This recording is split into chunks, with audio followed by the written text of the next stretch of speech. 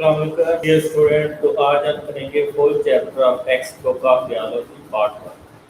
हर हफ्ते हम एक चैप्टर अपलोड करेंगे, इसलिए क्योंकि आपका बैच अभी स्टार्ट हुआ है ताकि आपकी तैयारी भी अच्छी हो। और अगर ये चैनल आपको पसंद आए तो सब्सक्राइब कर दें और शेयर कर दें आप अपने बैच फेलोज।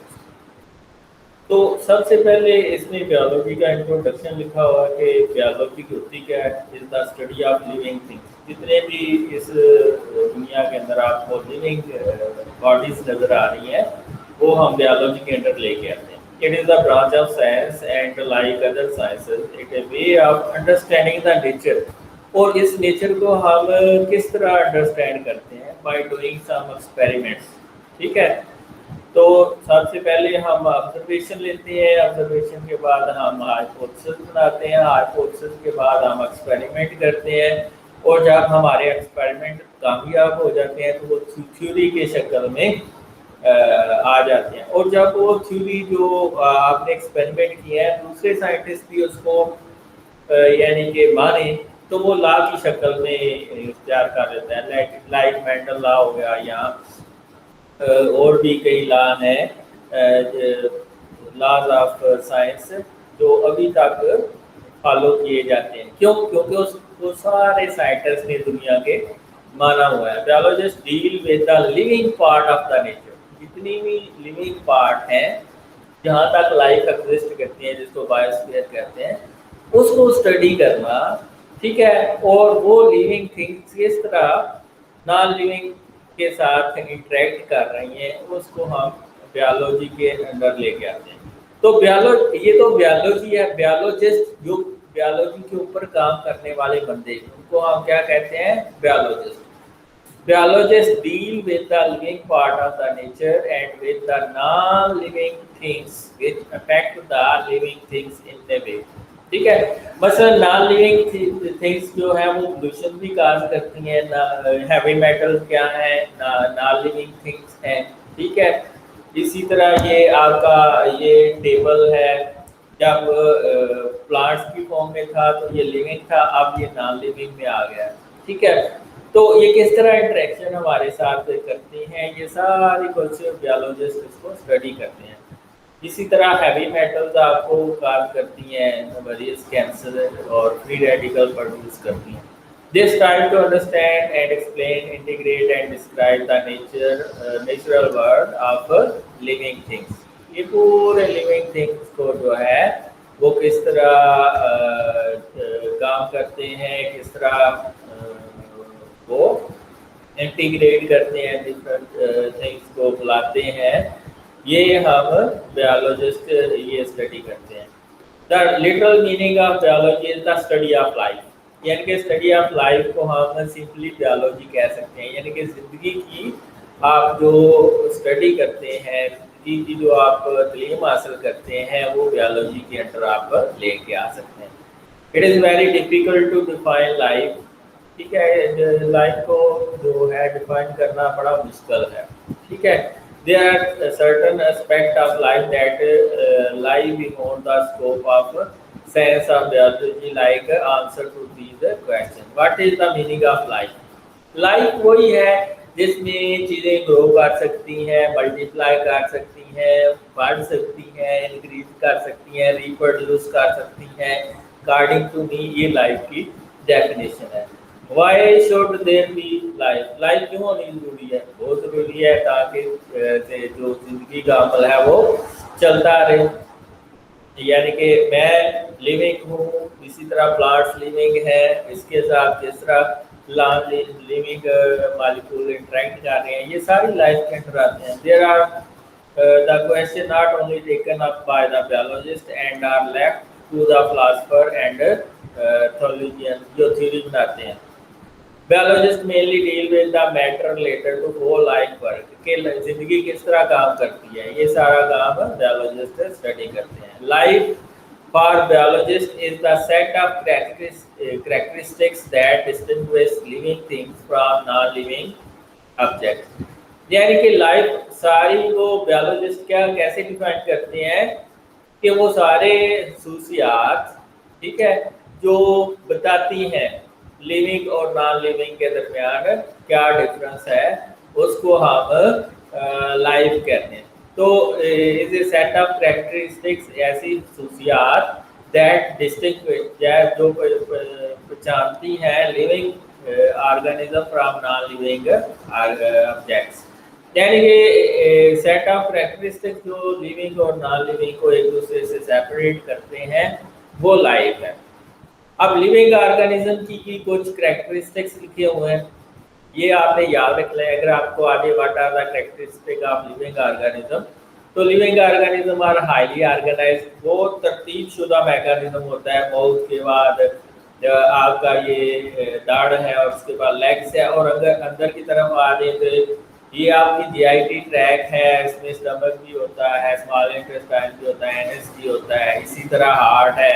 ये क्वाइट ऑर्गेनाइज्ड है, कॉम्प्लेक्स एंटिटीज, ये सारी कॉम्प्लेक्स एंटिटीज है, आर कंपोज्ड ऑफ वन और मोर सेल। अगर वन सेल तो सिर्फ प्रोकैरियोट्स में होता है, यानी कि बैक्टीरिया में, और मोर सेल ये यूकेरियोट्स में होता है। Contain genetic program there of their characteristics, इसमें जेनेटिक प्रोग्राम होता है कि डीएनए, यानी कि जो डीएनए है पेरेंट्स का वो ऑफस्प्रिंग्स में जाता है, और वो कैरेक्टरिस्टिक्स जो पेरेंट्स के हैं वो आ जाते हैं किसके अंदर, ऑफस्प्रिंग्स के अंदर।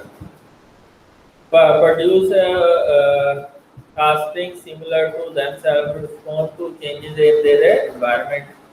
Any object possessing all these characteristics simultaneously can declared as a living thing. जो सारे ये जो ऊपर living things के मैंने characteristics बताए हैं, ये अगर किसी के अंदर है तो उसको हम living कहते हैं। And in an object for biological study, और वो biological study के लिए suitable है। The science of biology is very wide based study, ये बहुत ब्रॉड स्पेक्ट्रम पे इसके ऊपर काम होता है। It includes every aspect of living things, therefore volume and volumes of information are available under the major head. Biology के अगर आप स्टडी करते हैं तो उसमें बहुत ज़्यादा इंफॉर्मेशन आपके पास आ जाती है, इसको volumes and volumes of information कहते हैं। It is but natural to divide the science into quite number of branches of for our convenience for comprehending and studying the biology। कहता है कि हमारी हम अपनी आसानी के लिए ये बायोलॉजी को डिफरेंट ब्रांचेस के अंदर डिवाइड कर देते हैं ताकि इजीली हम बायोलॉजी को स्टडी कर सकें। You are surely familiar at this stage what is ecology होता है कि आपके लिविंग सिस्टम का इन्वायरमेंट के साथ, लिविंग ऑर्गेनिज्म का इन्वायरमेंट के साथ किस तरह इंटरेक्शन होता है। एम्ब्रियोलॉजी, एम्ब्रियो से जब डेवलपमेंट होती है एक अडल्ट स्टेज तक तो इसको एम्ब्रियोलॉजी कहते हैं। फिजियोलॉजी फंक्शंस की स्टडी को हम कहते हैं। मॉर्फोलॉजी फॉर्म एंड स्ट्रक्चर की जो है स्टडी को कहते हैं। इसी तरह एनाटॉमी, इंटरनल ऑर्गन की स्टडी, पैलेंटोलॉजी फॉसिल्स की स्टडी और फॉसिल रिकॉर्ड की स्टडी, हिस्टोलॉजी टिश्यू की स्टडी, एवोल्यूशन की किस तरह चीज़ें चेंज हो रही हैं with the passage of time, genetics, theory of inheritance, यानी कि कौन से कैरेक्टरिस्टिक्स पेरेंट्स से ऑफस्प्रिंग्स में आ रहे हैं, जियोग्राफी के एनिमल की जो अर्थ के ऊपर डिस्ट्रीब्यूशन कैसी है इसको जियोग्राफी कहते हैं। तो ये सारी ब्रांचेस आपको पता होनी चाहिए। These are the branches of biology which deal with the environmental relationship, यानी कि इकोलॉजी डेवलपमेंट, एम्ब्रियोलॉजी डेवलपमेंट में आता है, फंक्शंस फिजियोलॉजी में आता है, structure morphology form and structure, internal organ की जो ग्रोथ स्ट्रक्चर ये एनाटॉमी में आता है, फॉसिल ये आपका पैलेंटोलॉजी में आता है, टिश्यू हिस्टोलॉजी, एनेस्ट्रल हिस्ट्री जो एवोल्यूशन में आता है, एंसेस्ट्रल हिस्ट्री जो आपके गुजरे लोग हैं उनकी history, hereditary and distribution of animal in nature. Hereditary आता है जेनेटिक्स के अंदर और distribution of animal in nature ये जियोग्राफी आता है। In addition to these branches, there are number of branches, इसकी एक्सप्लेनेशन हम आगे करते हैं। तो सबसे पहले मोस्ट इम्पोर्टेंट है मॉलिक्यूलर बायोलॉजी। अच्छा, इसमें फॉसिल ये बहुत ज़्यादा आपका एमडी कैट में आता है। ये जो पैलेontोलॉजी ये किस लिए यूज होती है? ये होती है फॉसिल की स्टडी। और ये फॉसिल कहाँ पे स्टडी करते हैं हम? सेडिमेंटेड रॉक्स के अंदर। सेडिमेंट रॉक्स क्या होती हैं? जिसमें लेयर्स होती हैं। जो ऊपर वाली लेयर होगी उसमें फ्रेश सैंपल होंगे, और जो सबसे नीचे वाली लेयर होगी उसमें सबसे ओल्ड सैंपल होंगे। जो ऊपर वाली लेयर होगी उसमें रेडियो एक्टिविटी ज़्यादा होगी, जो सबसे लो वाली होगी उसमें रेडियो एक्टिविटी कम होगी। So molecular biology is the branch of biology that deal with the structure of the organism, the cells and their organelles at molecular level। ये molecular level क्या है? DNA, RNA और प्रोटीन लेवल के ऊपर जब study करते हैं तो इसको मॉलिक्यूलर लेवल कहते हैं। तो molecular biology is the branch of biology. ये बायोलॉजी की एक ब्रांच है which deal with the structure of the organism, कि उसकी साख्त क्या है, उसके अंदर कौन से सेल्स हैं, उसके अंदर कौन से ऑर्गेनेली हैं, एट मॉलिक्यूलर लेवल यानी कि डीएनए, आरएनए और प्रोटीन लेवल के ऊपर हम स्टडी करते हैं। एनवायरमेंटल बायोलॉजी ये जस्ट लाइक इकोलॉजी होगा, ठीक है, इसको आप इकोलॉजी भी कह सकते हैं। Environmental biology is the study of organism in relation to their environment, यानी कि ऑर्गेनिज्म का एनवायरनमेंट के साथ क्या रिश्ता है। This include the interaction between organism and their inorganic and organic environment, यानी कि ऑर्गेनिज्म का ऑर्गेनिक वो होता है जिसमें हाइड्रोकार्बन होते हैं, मसलन प्रोटीन, लिपिड्स, कार्बोहाइड्रेट, ये ऑर्गेनिक है। और इनऑर्गेनिक ये जो मेटल्स हैं, ठीक है, डिफरेंट टाइप्स ऑफ मेटल्स और नॉन मेटल, ये इनऑर्गेनिक है, specially it relate the human activities. यानी कि ऑर्गेनिज्म किस तरह ऑर्गेनिक यानी कि हाइड्रोकार्बन, लिपिड, प्रोटीन, कार्बोहाइड्रेट के साथ इंटरेक्ट करते हैं, और नॉन कार्बोहाइड्रेट मिनरल्स वगैरह से और दूसरी चीज़ों के साथ, वाटर के साथ इंटरेक्शन शो करते हैं। माइक्रोबायोलॉजी, माइक्रोब्स की स्टडी को माइक्रोबायोलॉजी कहते हैं। माइक्रोब कौन कौन से हैं? बैक्टीरिया है, फंजाई है, प्रोटोजोन है, ठीक है, एल्गी है, ये सारे क्या है? माइक्रोब्स हैं जो हमें नेकेड आई से नजर नहीं आते, उनकी स्टडी को हम माइक्रोबायोलॉजी कहते हैं। The study of micro organism is known as microbiology. Fresh water biology, fresh water में 3-4 चीजें आ जाती हैं, रिवर्स आ जाते हैं, लेक्स आ जाती हैं, पोन्स आ जाती हैं, जिसमें साल्ट की कंसंट्रेशन इतनी ज्यादा नहीं होती। उनको हम क्या कहते हैं? उनको हम कहते हैं marine biology, sorry, fresh water biology. The fresh water biology, this branch of biology deal with the organism living in fresh water body. Fresh water body कौन सी है? लिवर, लेक्स, पोन्स, ठीक है, और वो उनका and physical and chemical parameter of the water body. Physical parameter जो existent parameter होते हैं, और केमिकल पैरामीटर के उसके वाटर के अंदर कौन कौन से केमिकल्स हैं, उसकी स्टडी को हम केमिकल पैरामीटर कहते हैं। तो ये रिवर्स और लेक्स और पोन्स की स्टडी होती है फ्रेश वाटर, और उसके अंदर जो ऑर्गेनिज्म है उसको स्टडी करना। The branch of biology will deal with the organisms living in freshwater bodies, liver, lakes, ponds, and physical and chemical parameter of these water bodies. Physical जो उसके अंदर पत्थर, रॉक्स वगैरह हैं, ये फिजिकल पैरामीटर, और केमिकल पैरामीटर उसकी composition, उसके अंदर सोडियम कितना है, पोटेशियम कितना है, मिनरल कितने हैं। मराइन बायोलॉजी यानी कि समुद्री, यहाँ पे सीज और ओशंस होते हैं, उनकी स्टडी को आप क्या कहते हैं? Marine biology. This is the study, और ये साल्ट इसमें वाटर में ज़्यादा होता है।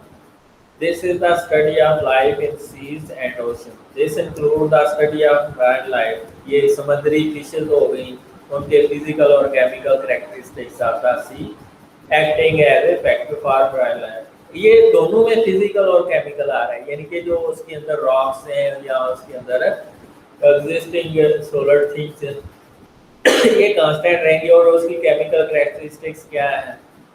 फिजिकल में फिशेस कौन सी हैं, और दूसरे एनिमल्स भी आ जाएंगे। केमिकल कैरेक्टरिस्टिक्स में उसमें साल्ट ज़्यादा होते हैं, ठीक है, ये सारी स्टडी करते हैं आप marine biology. Parasitology, study of parasite, it is the branch of biology in which we study the parasite. और पैरासाइट वो होते हैं जो किसी एनिमल के अंदर रहते हैं, और वहाँ पे या तो उसका ब्लड लेते हैं या फिर डिजीज काज करते हैं, ठीक है। Thus, the structure, mode of transmission, life history, and host parasite relationship are studied in the parasitology. यानी कि स्ट्रक्चर, मोड ऑफ ट्रांसमिशन, ये जो पैरासाइट अंदर जा रहा है उसका स्ट्रक्चर क्या है, उसकी ट्रांसमिशन पानी के जरिए हो रही है, एयर के जरिए हो रही है, फिजिकल के जरिए हो रही है, किस तरह हो रही है। लाइफ हिस्ट्री, वो पहले पैरासाइट आया है ह्यूमन के अंदर, पहले के यहाँ पे रह गया है, तो वो हिस्ट्री देखी जाती है। होस्ट, दूसरा होस्ट ह्यूमन है तो पहला होस्ट कौन सा है, वो है या कोई और है। पैरासाइट रिलेशनशिप आर स्टडी है ना, और इस रिलेशनशिप की स्टडी को हम पैरासाइटोलॉजी कहते हैं। Human biology it deal with the study of only humans यानी कि man. This include form and structure and function, histology, anatomy, morphology, evolution, जितनी ब्रांचेज हैं बायोलॉजी की सब लिख देंगे आप। Ecological study of human being, यानी कि इसमें स्ट्रक्चर, फॉर्म एंड स्ट्रक्चर, ये तो मॉर्फोलॉजी में आ गया, ठीक है। फंक्शन ये आ गया फिजियोलॉजी, अंदर हिस्टोलॉजी टिश्यू की स्टडी, एनाटॉमी इंटरनल ऑर्गन की study, morphology, form and structure पहले भी आ गए, ये रिपीट नहीं करना चाहिए। एवोल्यूशन के किस तरह पैसेज ऑफ टाइम के साथ ह्यूमन के अंदर चेंजेस आ रही हैं। जेनेटिक्स, इनहेरिटेंस, कौन से कैरेक्टरिस्टिक्स पेरेंट्स के एस्पेक्ट्स के अंदर जा रहे हैं। Cell biology and ecological study, यानी कि एनवायरमेंटल लिहाज से स्टडी करते हैं ये ह्यूमन बीइंग्स के अंदर। Social behaviour, this is the branch of biology which deal with the study of social behavior and communal life of human being. Communal life उनका रहन सहन कैसा है, ठीक है, वो एक दूसरे के साथ किस तरह इंटरेक्ट करते हैं। और biotechnology deal with the use of living organism, system और processes in manufacturing and service industry, ठीक है। तो इसमें हम लिविंग ऑर्गेनिज्म को यूज करके कोई यूजफुल प्रोडक्ट बनाते हैं जो मैनकाइंड के लिए बड़ा यूजफुल होता है बायोटेक्नोलॉजी। मसलन माइक्रोब को यूज करके हम इंसुलिन बना रहे हैं जो डायबिटीज मेलाइटस में यूज होती है। डील में the use of living organism, living organism को यूज करते हैं अपने फायदे के लिए। सिस्टम, इसमें हम इंस्ट्रूमेंट भी यूज करते हैं। प्रोसेसेस, और कौन से केमिकल प्रोसेसेस होते हैं, ये भी मैन्युफैक्चरिंग के दौरान कौन से केमिकल प्रोसेसेस करते हैं जो कि सर्विस इंडस्ट्रीज के लिए यूज होते हैं, खिदमत के लिए जरूरी होती है।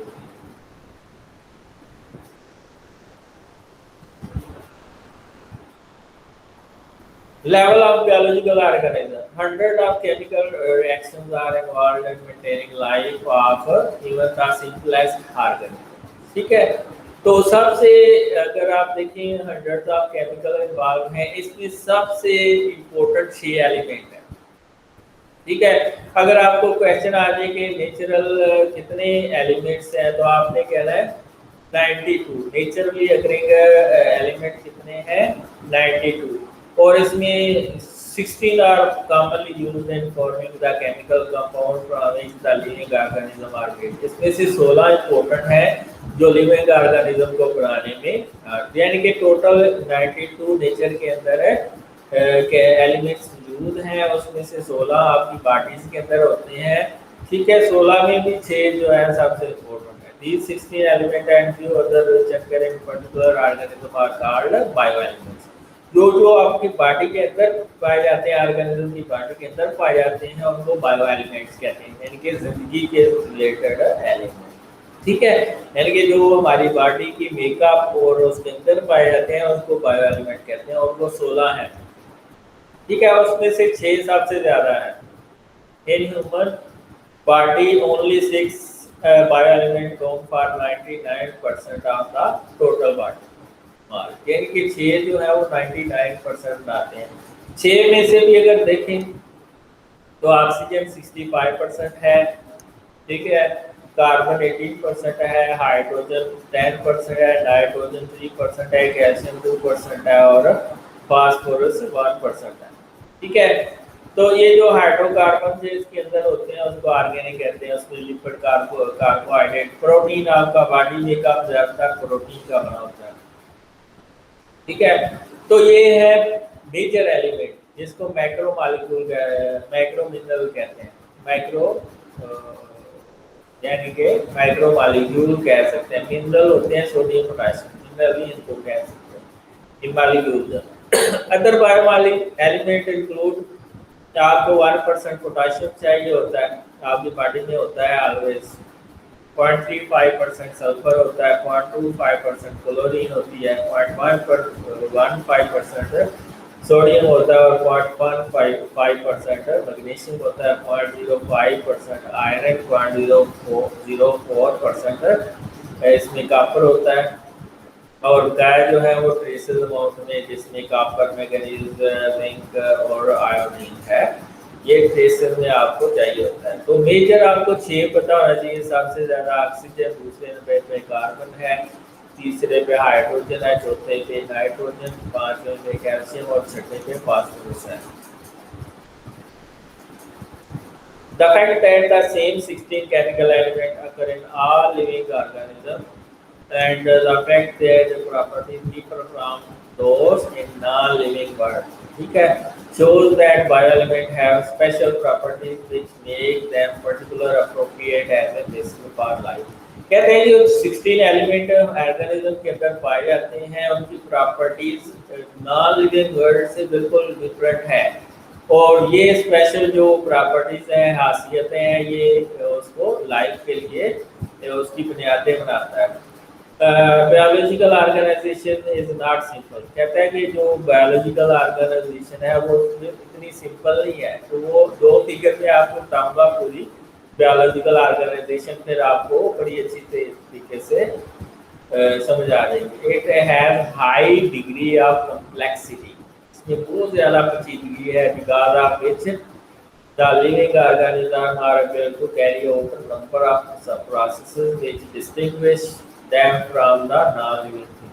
ठीक है, कहते हैं कि इसमें इतने जो लिविंग थिंग्स हैं, इसमें इतने ज़्यादा कॉम्प्लिकेटेड प्रोसेसेस हैं जो लिविंग और नॉन लिविंग ऑर्गेनिज्म को, नॉन लिविंग थिंग्स को और लिविंग ऑर्गेनिज्म को एक दूसरे से डिफरेंशिएट करते हैं। मसलन इसमें हार्ट होता है लिविंग में, इसमें लंग्स होते हैं, इसमें किडनीज होती हैं, इसमें जीआईटी ट्रैक होता है जो कि नॉन लिविंग के अंदर नहीं होता। ये प्रोसेसेस हैं जो सिर्फ लिविंग के अंदर होते हैं। A living thing has built in regulatory mechanism which interact with the environment to sustain its structural and functional integrity. A living thing is ये कहता है कि living thing has built up regulatory mechanism। Regulatory mechanism इसमें hormone है, neurotransmitter हैं जो regulate करते हैं हमारी बॉडी प्रोसेसेस को, which interact with the environment, वो environment के साथ interact करते हैं। अगर गर्मी ज़्यादा लगती है तो different हार्मोन रिलीज होते हैं, और अगर सर्दी लगती है तो उसके लिए different प्रोसेस बॉडी करती है to sustain its structural and functional integrity, ताकि उसके स्ट्रक्चर और फंक्शन मेंटेन रहे। A living thing is therefore composed of highly structured living substances or protoplasm। कहते हैं जो लिविंग थिंग है वो बनी होती है हाईली स्ट्रक्चर्ड लिविंग सब्सटेंसेस, यानी कि उनके साथ बहुत ही उम्दा लिविंग सब्सटेंस की बनी होती है, उसको हम प्रोटोप्लाज्म कहते हैं। In order to understand the various phenomena of life, biologists for their convenience study the biological organization at different levels, starting from very basic subatomic and atomic particle to form an organism itself, and beyond which study the community, population and entire world are included। कहते हैं ये जो हम study करते हैं life, ये हम start करते हैं बेसिक से, सब एटॉमिक है, एटम से, फिर एटम, फिर मॉलिक्यूल, फिर कंपाउंड, फिर उससे आपका टिश्यू बनता है, टिश्यू से ऑर्गन बनता है, फिर ऑर्गन सिस्टम बनता है, फिर होल इंडिविजुअल बन जाता है। Biological organisation can be divided into following. तो सबसे पहले सब एटॉमिक पार्टिकल्स हैं, particles that make up an atom, जो एक एटम को बनाते हैं। उसमें प्रोटॉन, न्यूट्रॉन, इलेक्ट्रॉन, न्यूट्रॉन, वो से दूसरे हैं। Atom, the smallest particle of an element that retains the properties of that element। छोटे से छोटा पार्टिकल जो एक एलिमेंट का होता है जो उसकी खसूसियात को बरकरार रखता है उसको हम एटम कहते हैं। मसलन hydrogen atom, carbon atom, nitrogen atom, oxygen atom. Micro element and micro molecules. Micro molecules and micro molecules, micro जो ट्रेसेस अमाउंट में होते हैं और माइक्रो जो लार्ज अमाउंट में होते हैं, ये याद रखना है। द कम्बिनेशन ऑफ एटम्स, मसलन वाटर जो है उसमें हाइड्रोजन और ऑक्सीजन का मिक्सचर होता है। ग्लूकोज है, इसमें कार्बन, ऑक्सीजन और हाइड्रोजन होती है। डीएनए के अंदर कार्बन, हाइड्रोजन, ऑक्सीजन, नाइट्रोजन और सल्फर भी बाद का तो होती है। Organelle, structure within the cell that perform a specific function, उसको हम क्या कहते हैं? ऑर्गेनेली। एक structure within the cell, एक ऐसी सार जो हमारी सेल के अंदर होती है और वो एक फंक्शन परफॉर्म करती है, उसको हम ऑर्गेनेली कहते हैं। मतलब माइटोकॉन्ड्रिया, इसमें इलेक्ट्रॉन ट्रांसपोर्ट चेन होती है और बहुत ज़्यादा एनर्जी बनती है। इसमें फैटी एसिड की डाइजेशन होती है, ठीक है। इसके अंदर बहुत से केमिकल प्रोसेसेस हो रहे होते हैं। क्लोरोप्लास्ट, इसमें फोटोसिंथेसिस हो रही होती है। न्यूक्लियस, इसमें डीएनए की सिंथेसिस हो रही होती है। Cell, the unit of life is known as cell. The unit of cell जो है वो लाइफ कहते हैं। और जब एक सिमिलर सेल एक दूसरे के साथ मिलते हैं और वो एक फंक्शन परफॉर्म करते हैं, उसको हम टिश्यू कहते हैं। The number of cell, similar cell which perform a specific function, इसको आप टिश्यू कहते हैं। और जो टिश्यूज हैं वो ऑर्गन मिलकर बनाते हैं। Structure normally composed of several different types of tissues that form A functional unit, like brain हो गया, हार्ट हो गया, ठीक है, उसको हम ऑर्गन कहते हैं। Structure normally composed of several tissue types that form A functional unit, जो एक फंक्शनल यूनिट लाइक हार्ट हो गया, ब्रेन हो गया, ठीक है, किडनी हो गई, ये फंक्शनल यूनिट बनाता है, उसको हम ऑर्गन कहते हैं। और बहुत से ऑर्गन मिलके ऑर्गन सिस्टम बनाते हैं। टू और more organ working together in execution of a particular body function, उसको हम ऑर्गन सिस्टम कहते हैं। मसलन ये आपकी हार्ट, किडनी, लीवर, ये सारे स्मॉल इंटेस्टाइन, ये सारे एक दूसरे के साथ इंटरकनेक्टेड होते हैं और उसको हम ऑर्गन सिस्टम कहते हैं। Multi cellular organism, individual living thing composed of many cells, ठीक है। ऑर्गेनिज्म कैसे बनता है? जब बहुत से ऑर्गेनेल आपस में मिलके एक कंप्लीट सेट ऑफ इंडिविजुअल बनाते हैं तो उसको हम ऑर्गेनिज्म कहते हैं। मल्टी सेलुलर ऑर्गेनिज्म, जिसमें एक से ज्यादा सेल होते हैं। Individual living thing that composed of many cell, और यूनिसेलुलर, जिसमें एक सेल होता है, like bacteria and you bacteria.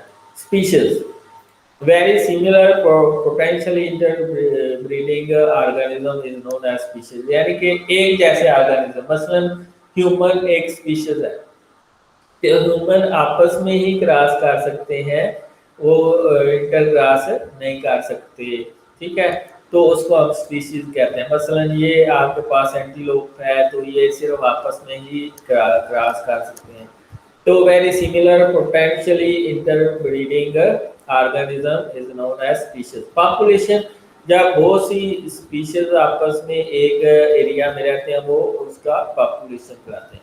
Member of one species inhabiting the same area, यानी कि एक ही स्पीशीज, मसलन ह्यूमन है, वो इस गुजरात के अंदर रह रहे हैं तो वो उस गुजरात के अंदर उस ह्यूमन की पॉपुलेशन है।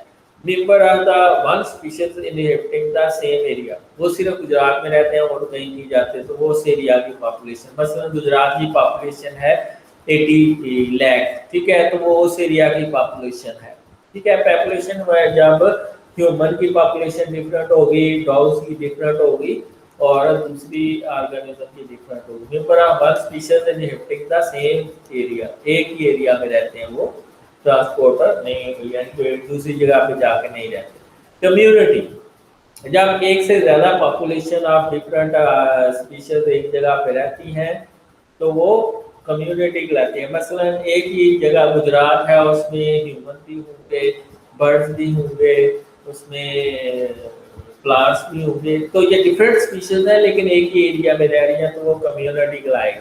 two or more population of different species living and interacting with the same area. Ecosystem, a community together with the its non-living surroundings, यानी कि community उस गुजरात के एरिया किस तरह उसके environment के साथ इंटरेक्ट कर रहे हैं नॉन लिविंग इन्वायरमेंट के साथ, तो वो उसका इकोसिस्टम कहते हैं। बायोस्फीयर जहाँ तक लाइफ एग्जिस्ट करती है, the part of the earth inhabited by living organism, वो जगह जहाँ तक लिविंग ऑर्गेनिज्म रहते हैं वो बायोस्फीयर कहलाता है। It includes both living and non living component, इसमें जानदार भी हैं और गैर जानदार भी कंपोनेंट होती है।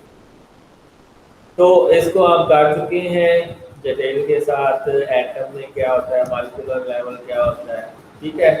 अगर आप वही कर लेंगे तो ठीक है, वैसे हम इसको देख लेते हैं।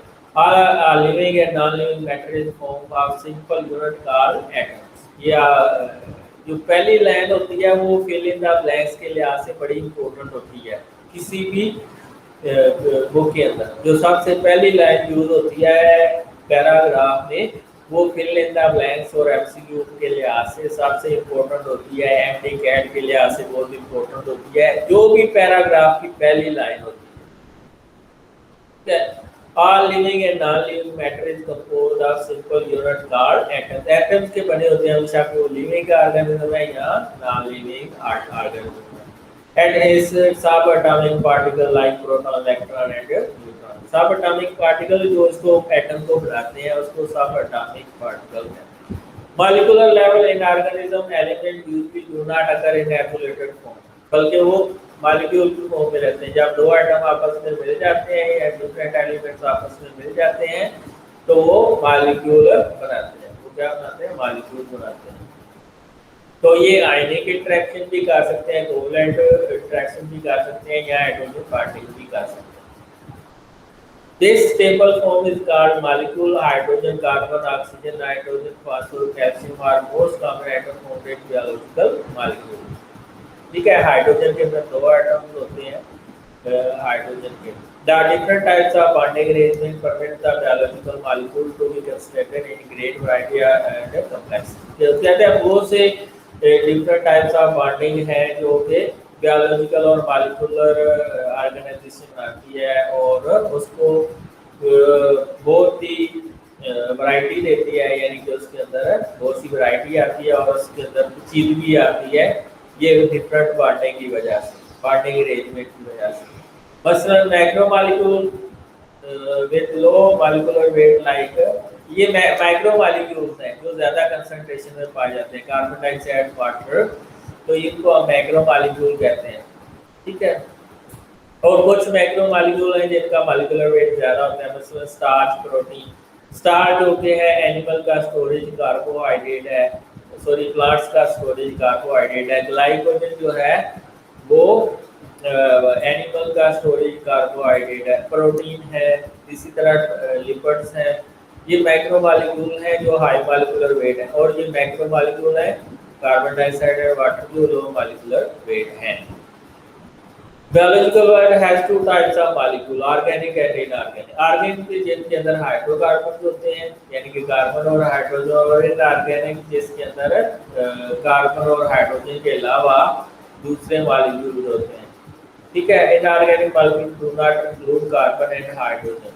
ठीक है, an organism is usually formed by enormous number of micro and macro molecules of hundred of different types। कहते हैं जो एक इंडिविजुअल है, ऑर्गेनिज्म है, उसके अंदर बहुत से माइक्रो एंड माइक्रो मॉलिक्यूल्स होते हैं जो उसको बना रहे होते हैं।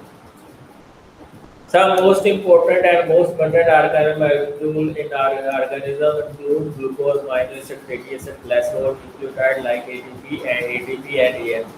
ठीक है, ये ग्लूकोज है, ये कार्बोहाइड्रेट है, अमीनो एसिड प्रोटीन के यूनिट होते हैं, फैटी एसिड और कोलेस्ट्रॉल ये फैट के यूनिट होते हैं, न्यूक्लियोटाइड जो हमारा डीएनए और आरएनए बना रहे होते हैं लाइक एटीपी, जीटीपी, सीपीपी, ये सारे हमारा डीएनए और आरएनए बना रहे होते हैं। Organelles and cell, different enormous number of micro molecules and macro molecules. Micro होते हैं जो छोटी क्वांटिटी में होते हैं, यानी कि कम क्वांटिटी में होते हैं, और माइक्रो जो लार्ज क्वांटिटी में होते हैं। Range themselves to in a particular way to perform cells and their organelles। ठीक है, कहते हैं जो माइक्रो और माइक्रो मॉलिक्यूल्स होते हैं वो आपस में मिलते हैं और रेज करते हैं ताकि वो सेल्स और ऑर्गेनेल्स बना सकें। In case of simple organism like bacteria and most protist, the entire organism consists of a single cell।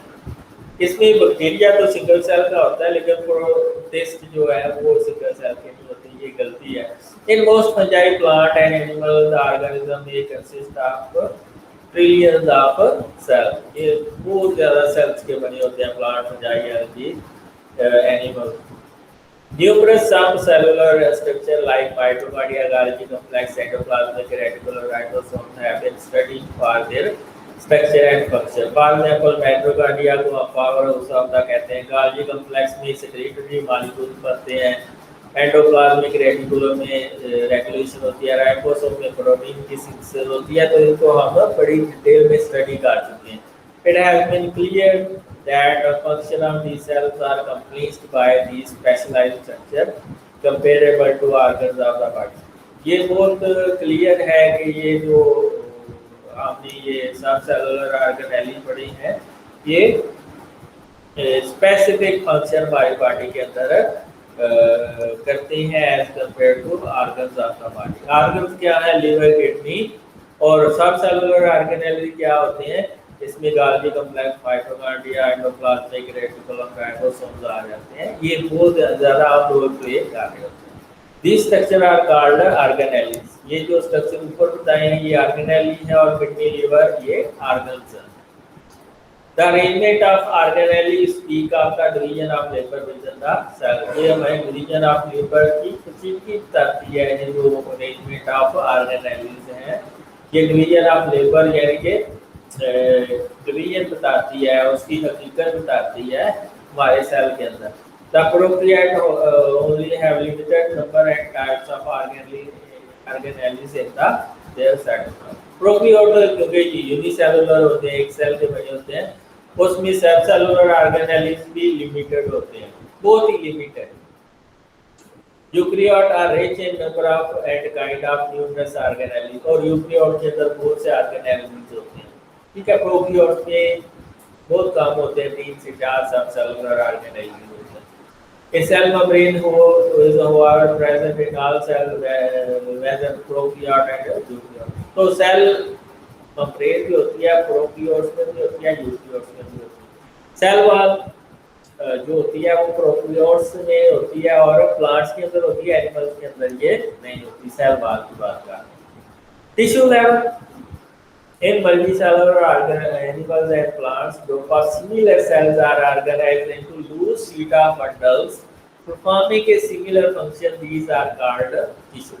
ठीक है, यानी कि सिमिलर सेल्स एक दूसरे को ऑर्गेनाइज करते हैं और लूज बंडल बनाते हैं और वो लूज बंडल एक स्पेसिफिक फंक्शन देते हैं, उसको हम क्या कहते हैं? Tissue. Each tissue has a particular function in the life of the organism। For example muscle tissue ये मूवमेंट में हेल्प करते हैं, ग्लैंडुलर टिश्यू जो सिक्रीशन में हेल्प करते हैं, जाइलम टिश्यू जो वाटर की ट्रांसपोर्ट करते हैं, फ्लोएम टिश्यू ये फूड की ट्रांसपोर्ट करते हैं। They are specialised for contraction. तो मसलन ये जो मसल टिश्यू है कंट्रैक्शन करते हैं, ग्लैंडुलर टिश्यू सिक्रीशन में काम करते हैं, जाइलम कंडक्टेंस ऑफ वाटर और फ्लोएम जो है translocation of sugar and protein है।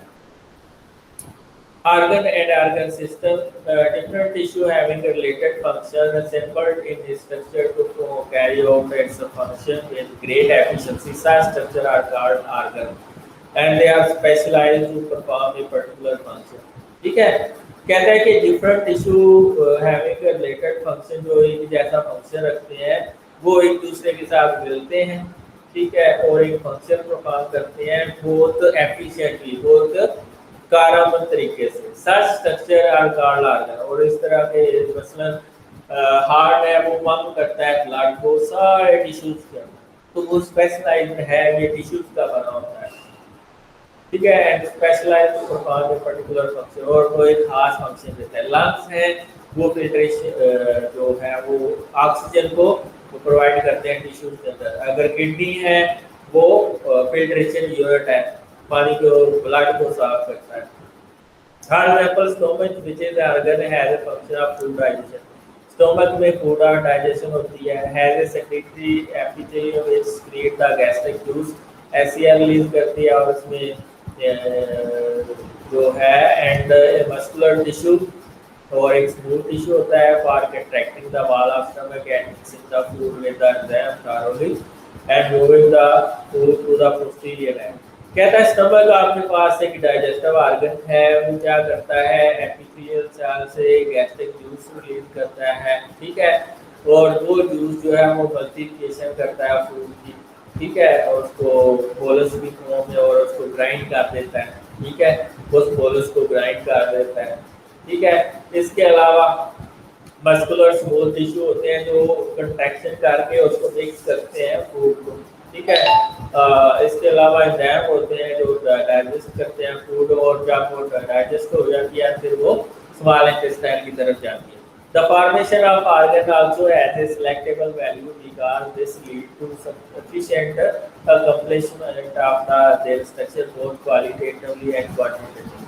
कहता है ये जो ऑर्गन की फॉर्मेशन है ये सिलेक्टेबल वैल्यू रखती है और जो कि इसको एफिशिएंट इसके बहुत फंक्शन की परफॉर्मेंस के लिए एफिशिएंट होती है, और ये क्वालिटेटिव भी होती है और क्वांटिटेटिव भी होती है। क्वालिटेटिव जो बताती है कि साइज के लिहाज से, और क्वांटिटेटिव उसकी क्वांटिटी बता देती है कि इसमें कितनी फूड डाइजेस्ट हो रही है, ठीक है। तो ये जो ऑर्गन्स हैं ये सिलेक्टेबल होते हैं। In animal organ formation is far more complex and defined. Animal के अंदर जो ऑर्गन फॉर्मेशन है वो बड़ी कॉम्प्लेक्स और सीधा होती है, डिफाइंड होती है, यानी कि हमें लोकेशन का पता होता है। Organs are part of the organ system where total function involved in work process or phenomena are carried out. ठीक है, मसलन वो कौन से ऑर्गन सिस्टम है जो टोटल फंक्शन को परफॉर्म कर रहे होते हैं। मसलन लंग्स है वो हार्ट के साथ मिलकर काम करते हैं, ठीक है, तो इसमें रेगुलेशन है। इसी तरह लीवर और डाइजेस्टिव सिस्टम और पैंक्रियास साथ मिलकर काम करते होते हैं। तो ये सारे काम जो है वो दो तीन डाइजेस्टिव ऑर्गन सिस्टम मिलकर कर रहे होते हैं, ठीक है। तो इसमें total total organ system involve होता है कि सारे केमिकल प्रोसेसेस को बॉडी के अंदर कैरी आउट करने के लिए। मसलन ये आपके पास आ गया ऑर्गन सिस्टम लंग्स, ठीक है, लंग्स और हार्ट, ठीक है। लंग्स और हार्ट मिलके काम करते हैं। लंग्स क्या करता है ऑक्सीजनेटेड ब्लड लेके ब्लड को ऑक्सीजनेटेड करता है और वो ऑक्सीजनेटेड ब्लड फिर हार्ट में जाता है, हार्ट फिर पंप कर देता है दूसरे सेल्स में। इसी तरह किडनी है, ये जो खराब ब्लड आ रहा होता है उसको साफ करती है और साफ करने के बाद तो वाटर को यूरिनेशन के जरिए बाहर भेज देता है। एंडोक्राइन सिस्टम जो है ये आपकी बॉडी की रेगुलेशन में इन्वॉल्व होता है। सेंट्रल नर्वस सिस्टम ये भी जो है रेगुलेशन में इन्वॉल्व होता है, बॉडी प्रोसेसेस को रेगुलेट करता है। बावल ये डाइजेस्टिव सिस्टम में हेल्प आउट करती है। लीवर और पैंक्रियास ये हेल्पिंग ऑर्गन है स्मॉल इंटेस्टाइन और लार्ज इंटेस्टाइन के, ठीक है। तो ये सारे आपस में मिल के काम करते हैं, ये अकेले इनका कोई वैल्यू नहीं है, सब मिल के काम करते हैं। The organ level organization is much less definite in plants than as compared to animals. क्योंकि plants में स्टेट स्ट्रक्चर होता है, इसमें रूट स्टेम लीव्स होती हैं और बिल्कुल सिंपल सा स्ट्रक्चर होता है। लेकिन इसमें आपको मैंने बताया कि बहुत कॉम्प्लेक्स एनिमल के अंदर ऑर्गन सिस्टम होता है जो सबसे मिलके बना होता है।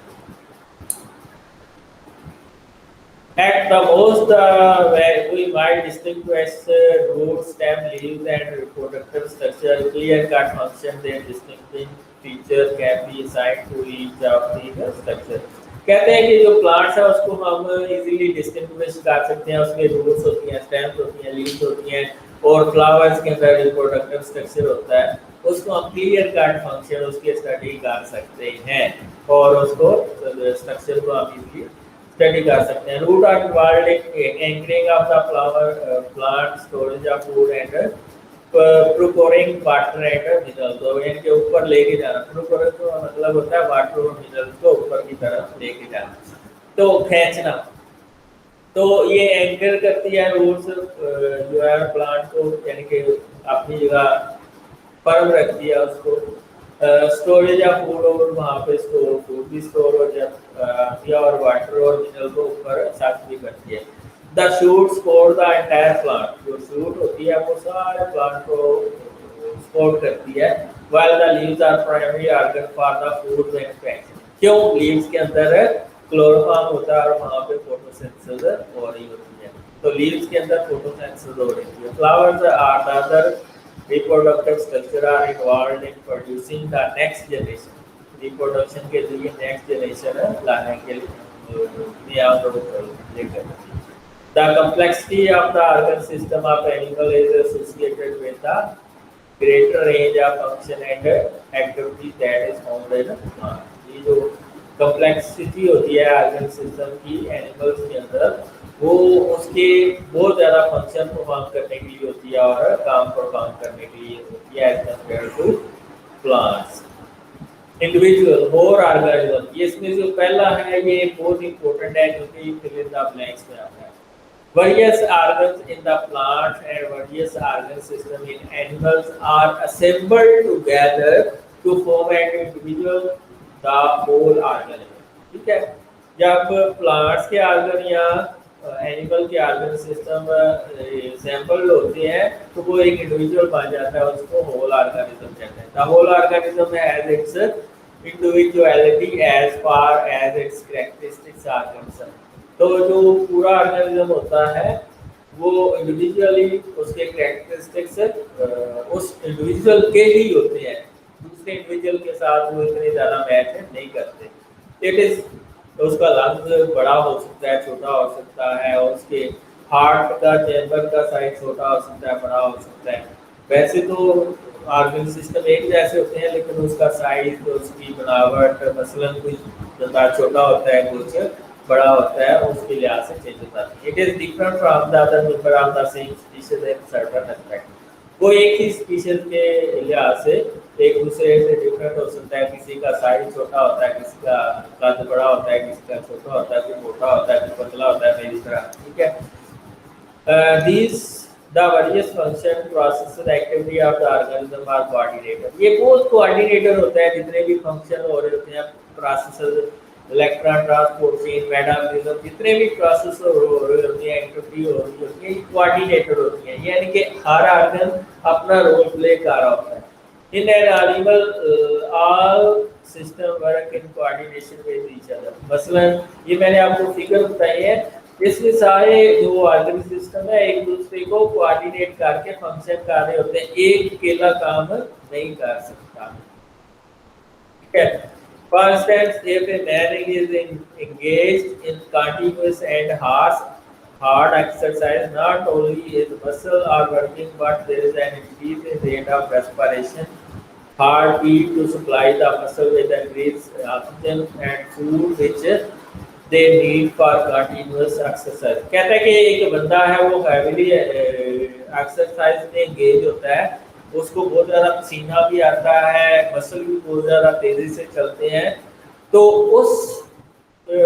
इस काम को बरकरार करने के लिए उसका रेस्पिरेशन रेट ज़्यादा हो जाता है, हार्ट बीट भी तेज़ हो जाती है, ताकि ज़्यादा से ज़्यादा ऑक्सीजन अंदर आए और जो एक्सरसाइज कर रहे हैं मसल, वहाँ पे ऑक्सीजन आगे जाकर उनको मिले। अगर ना मिलेगी तो वहाँ पे पेन होना शुरू हो जाएगा, क्यों? लैक्टिक एसिड बनना शुरू हो जाएगा, एनारोबिक फर्मेंटेशन होनी शुरू हो जाएगी। ठीक है, तो ये विच दे नीड कंटिन्यूअस एक्सरसाइज, और ऑक्सीजन की डिमांड और फूड की डिमांड, खाने की डिमांड बढ़ जाएगी, क्योंकि कंटिन्यूअसली एक्सरसाइजिंग मसल ग्लूकोज भी ज़्यादा यूज कर रहे होते हैं और दूसरी चीज़ें भी ज़्यादा, और फूड की ज़रूरत और ऑक्सीजन की ज़रूरत बढ़ जाती है। इन एनिमल का coordination is achieved by mean of nervous system. ये नर्वस सिस्टम और एंडोक्राइन सिस्टम, यानी कि आपका सेंट्रल नर्वस सिस्टम और एंडोक्राइन सिस्टम, हार्मोन का सिस्टम, ये कोऑर्डिनेट करता है बॉडी के प्रोसेस को। ठीक है, मैसेजेस आते हैं नर्वस सिस्टम, मसलन अगर ग्लूकोज का लेवल बढ़ गया है तो इंसुलिन प्रोड्यूस होगी, अगर कम हो गया ये एंडोक्राइन सिस्टम प्रोड्यूस करेंगे, और अगर कम हो गया तो फिर ग्लूकागॉन प्रोड्यूस होगा। तो ये कोऑर्डिनेशन है। Wherever in plant only long-term regulation of activity is brought about by the heart. तो प्लांट्स के अंदर लॉन्ग टर्म, ठीक है, मसलन ऑक्सीजन ग्रोथ बढ़ाता है, ठीक है, लॉन्ग टर्म उसमें होता है। Organism work as a whole and interact and respond to the environmental changes as a whole, ठीक है। तो ये जो पूरी चेंजेस आ रही होती हैं वो एनवायरमेंट के लिहाज से, गर्मी ज़्यादा है तो प्लांट का की ग्रोथ कम हो जाएगी या ज़्यादा हो जाएगी, तो वो डिपेंड करता है किस तरह ये होल सिस्टम इंटरेक्ट करता है with respect to external environment. Population. A population is a group of living organisms of the same species located in the same place at the same time. मैंने बताया गुजरात है, उसमें 80 लाख बंदे रह रहे हैं, तो वो उस एरिया की पॉपुलेशन है, वो इस एरिया की ह्यूमन पॉपुलेशन है। इसी तरह वहाँ पे 20,000 कुत्ते हैं, डॉग्स हैं, तो वो डॉग्स की पॉपुलेशन है, ठीक है। यानी कि एक ही स्पीशीज के जो इंडिविजुअल हैं वो एक ही जगह पे रह रहे हो, वो पॉपुलेशन को कहलाता है। For example are the number of rats in the field of rice, एक फील्ड है, एक खेत है, उसमें कितने चूहे हैं। The number of student in your biological class, मैं बायोलॉजी की क्लास में आ रहा हूँ तो उसमें कितने स्टूडेंट बैठे हुए हैं, वो उधर की पॉपुलेशन होगी। Human population in A city Gujarat Lahore में 2-3 लाख है, कितनी भी है, 2-3 करोड़ है। Population is higher level of biological organization than organism, ठीक है। कहते हैं ऑर्गेनिज्म मिलके ही पॉपुलेशन बनाते हैं, तो ये रैंक इसका बड़ा है। Because here A group of organism of the same species involve, इसलिए पॉपुलेशन जो है इंडिविजुअल से हाई रैंक में आता है, ठीक है, क्योंकि उसमें एक ही स्पीशीज के बहुत सारे ऑर्गेनिज्म एक जगह पे रह रहे हैं। The level of organization has its own attribute which comes into being by living together of a group of organisms of the same species. Some of the attributes are gene frequency, gene flow, ये gene flow है।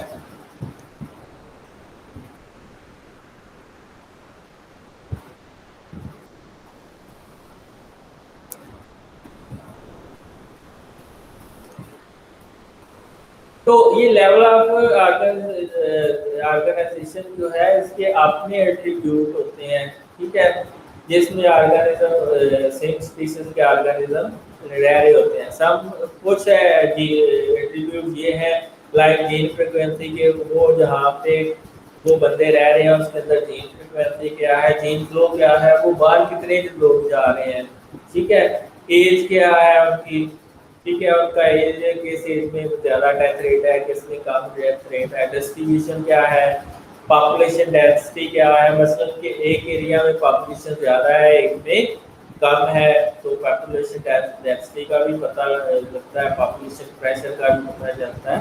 तो जो एक area में लोग रह रहे होते हैं वो एरिया में भी डिपेंड करता है कि इस एरिया में ज़्यादा लोग रह रहे हैं, किस एरिया में कम रह रहे हैं। All these are new parameters which have appeared due to the population of an organism.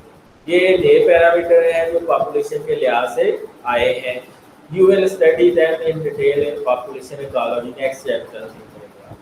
Community, community भी बिल्कुल सिंपल है कि डिफरेंट स्पीशीज के ऑर्गेनिज्म अगर एक ही जगह पे रह रहे हैं, एक ही हैबिटेट के ऊपर रह रहे हैं, तो कम्युनिटी कहलाएगी। मसलन एक ही जगह पे ह्यूमन भी रह रहे हैं, डॉग भी रह रहे हैं, को भी, बफेलो भी, ये एक ही जगह पे रह रहे हैं, तो वो different population of different species जो होगी वो कम्युनिटी कहलाएगी। Population of different species living in the same habitat form a community. Communities are dynamic collection of the organism, यानी कि डिफरेंट ऑर्गेनिज्म की डायनामिक कलेक्शन होती है इन विच वन पॉपुलेशन में इंक्रीज एंड अदर में decrease due to the fluctuation in abiotic factor. कहते हैं कि ये जो आपकी कम्युनिटीज है ये डायनामिक होती है, जिसमें एक पॉपुलेशन बढ़ सकती है और एक कम हो सकती है। ये डिपेंड करता है एबायोटिक फैक्टर, पानी कितना है, उधर फल कितने हैं ये उस पर डिपेंड करता है, और वहाँ पे क्या रिसोर्सेज है उस पर डिपेंड करता है। सब कम्युनिटी, और अगर अच्छे रिसोर्सेज है पॉपुलेशन ज़्यादा होगी पर्टिकुलर एरिया में, और अगर कम रिसोर्सेज है उस एरिया की पॉपुलेशन कम होगी। Some communities are complex and well interpreted, other communities may be simple. कुछ कम्युनिटियाँ बड़ी कॉम्प्लेक्स होती हैं, ठीक है, जहाँ पे 70 से ज़्यादा डिफरेंट ऑर्गेनिज्म स्पीशीज की रह रहे होते हैं, वो कॉम्प्लेक्स, और कुछ सिंपल होती है, मसलन 3-4 स्पीशीज एक ही जगह पर रह रही होती हैं। एक simple community any change can be drastic and long lasting. जो सिंपल कम्युनिटी होती है जिसमें 4-5 स्पीशीज है, एक को भी बीमारी आ गई वो सारी खत्म हो जाएगी। तो जो सिंपल कम्युनिटी है वो बड़ी ड्रास्टिक इफेक्ट हो जाएगी। The foregoing account make it clear that organism can be studied at a different level of organism. It can be studied at subatomic, atomic, molecular, macromolecular, organ, cell, tissue, organ and organ system level. ये आप कर चुके हैं। We can look at it individual, या हम एक organism की तरफ देखते हैं as part of population of similar individual, या हम एक सिमिलर इंडिविजुअल की पॉपुलेशन देखते हैं as a part of community that include other population as a community of the ecosystem. ये हम जो है आगे चैप्टर में करेंगे। अच्छा, इसमें कुछ टर्म्स हैं। Organism interaction can be very shape. जो ऑर्गेनिज्म की दूसरे ऑर्गेनिज्म के साथ इंटरेक्शन होती है वो किस तरह की होती है? तो सबसे पहले इंटरेक्शन है प्रीडेशन, जिसमें प्रीडेटर और प्रे का रिलेशनशिप होता है, ठीक है।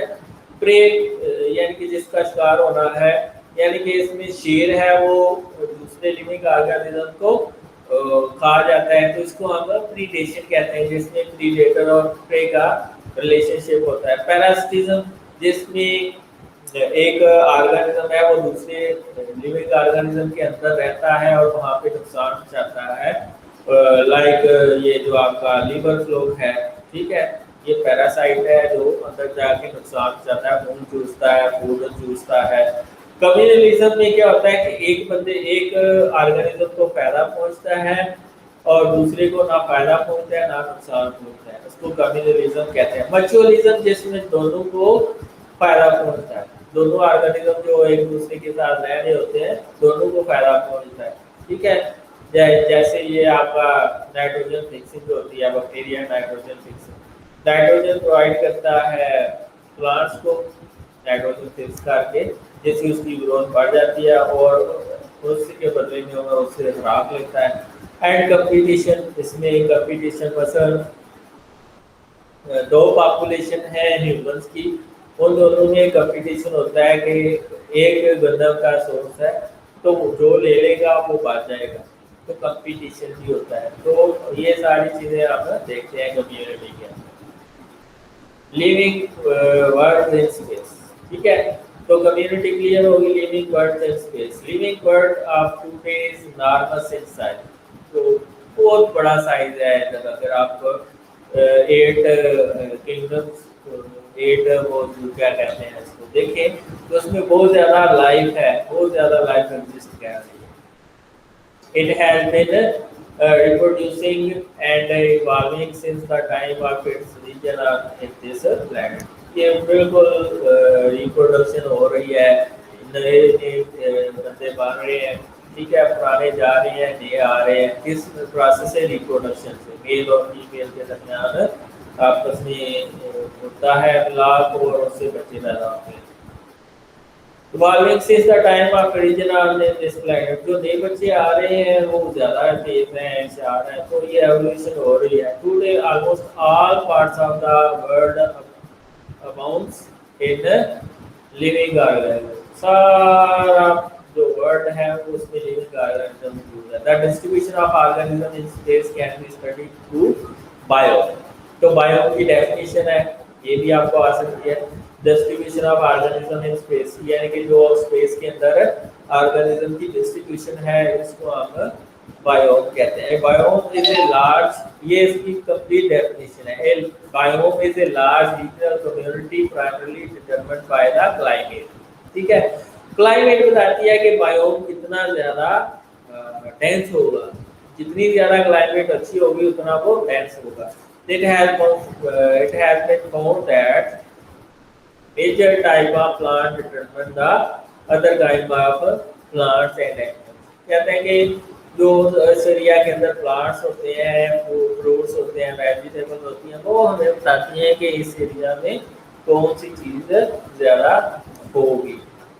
The biome has therefore been named after the type of major plants or major feature of the ecosystem.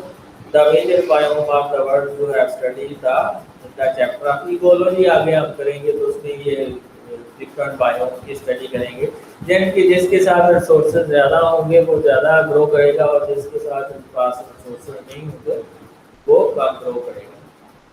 Living world in time. Time के लिहाज से लिविंग वर्ल्ड कैसे है. Since the time of origin of life on this planet, various organisms are evolved and dominated this planet during the various periods of geological time chart. कहता है कि जो जो टाइम गुजरता गया है एवोल्यूशन होती गई है, जो स्पीशीज है वो कॉम्प्लेक्स होती गई है, ठीक है, और डोमिनेट होती गई है इस प्लैनेट के ऊपर, ठीक है, with the passage of time. तो इसको हम जियोलॉजिकल ग्राफ के लिए चेक कर सकते हैं. This has been formed by the evidence obtained from the discovery and study of fossil which allow the biologists to place organism in time in sequence. कहते हैं ये कैसे मुमकिन हुआ है कि हम ये स्टडी कर रहे हैं, एविडेंस को, सबूत को स्टडी कर रहे हैं. ये फोसिल्स की स्टडी से साबित हुआ है. फोसिल क्या होते हैं? जो रिमेनिंग रह जाती हैं आफ्टर द डेथ, उसको हम फोसिल्स कहते हैं. लाइक हड्डियाँ होगी, उनकी स्टडी से हमें पता चल जाता है कि ये ऑर्गेनिज्म पहले किस तरह के थे, अब ये किस तरह के हैं. As a geological time passes, जो ही टाइम पास होता है एक एरा का, and new layer of sediment are laid on. Rocks की बात कर रहे हैं कि जब टाइम पास होता है तो ये नीचे वाली लेयर है तो ऊपर नहीं आ जाती है, फिर नीचे ऊपर नहीं आ जाते, फिर ऊपर नहीं, फिर इसको सेडिमेंटेशन कहते हैं. The older organism should be in deeper layer. जो पुराने ऑर्गेनिज्म होंगे वो नीचे होंगे, जो नए होंगे वो ऊपर वाले लेयर में. तो ये फोसिल रिकॉर्ड से हमें पता चल जाता है.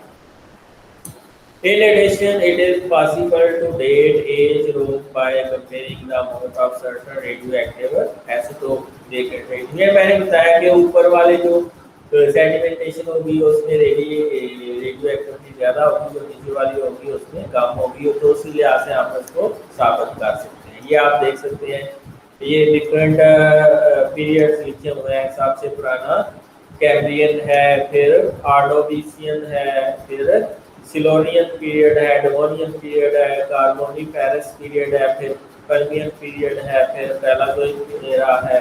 इसमें एवोल्यूशन बताई गई है. फिर ट्राइएजिक है, जुरासिक है, क्रीटेशियस है, मेसोजोइक है, टर्शियरी है, क्वार्टरनरी है, और सीनोजोइक एरा है, और टू डेज एरा.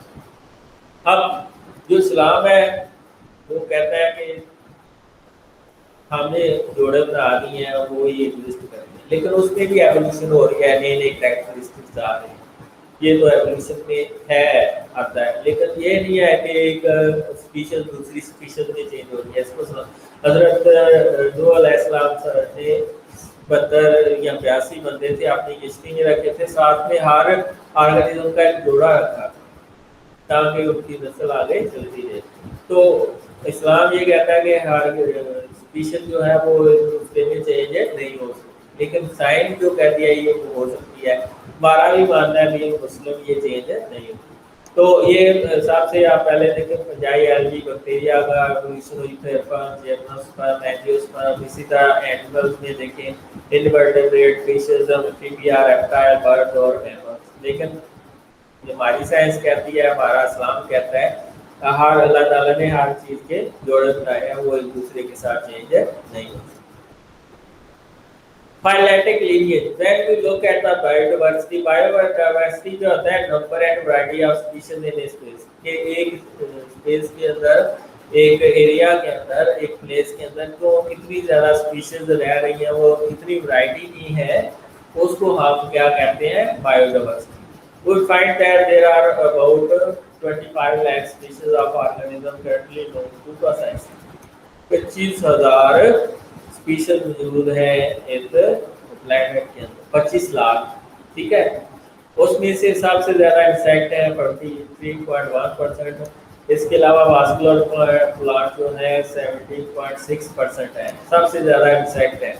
उसके बाद आपकी एनिमल्स आ जाते हैं, एनिमल अदर दैन इंसेक्ट 19.9%, फिर आपके प्लांट्स आ जाते हैं। ठीक है, और 9.4% microbial organism, fungi, algae, protozoan and various prokaryotes. ठीक है, various can estimate for the total number of species between 5 and 30 millions, जो कि बहुत ज़्यादा है। Out of 30 million, बहुत ज़्यादा species है। Out of these only 2.5 million species have been identified so far। कहते हैं 30 मिलियन में से सिर्फ 2.5 मिलियन जो है अभी तक 25 लाख का हमें पता चला। The life today has come into existence through phyletic lineage। ये कहता है कि एवोल्यूशन हुई है, पहले छोटे ऑर्गेनिज्म से बड़े ऑर्गेनिज्म बने, लेकिन जो इस्लाम है इसको नहीं बनता।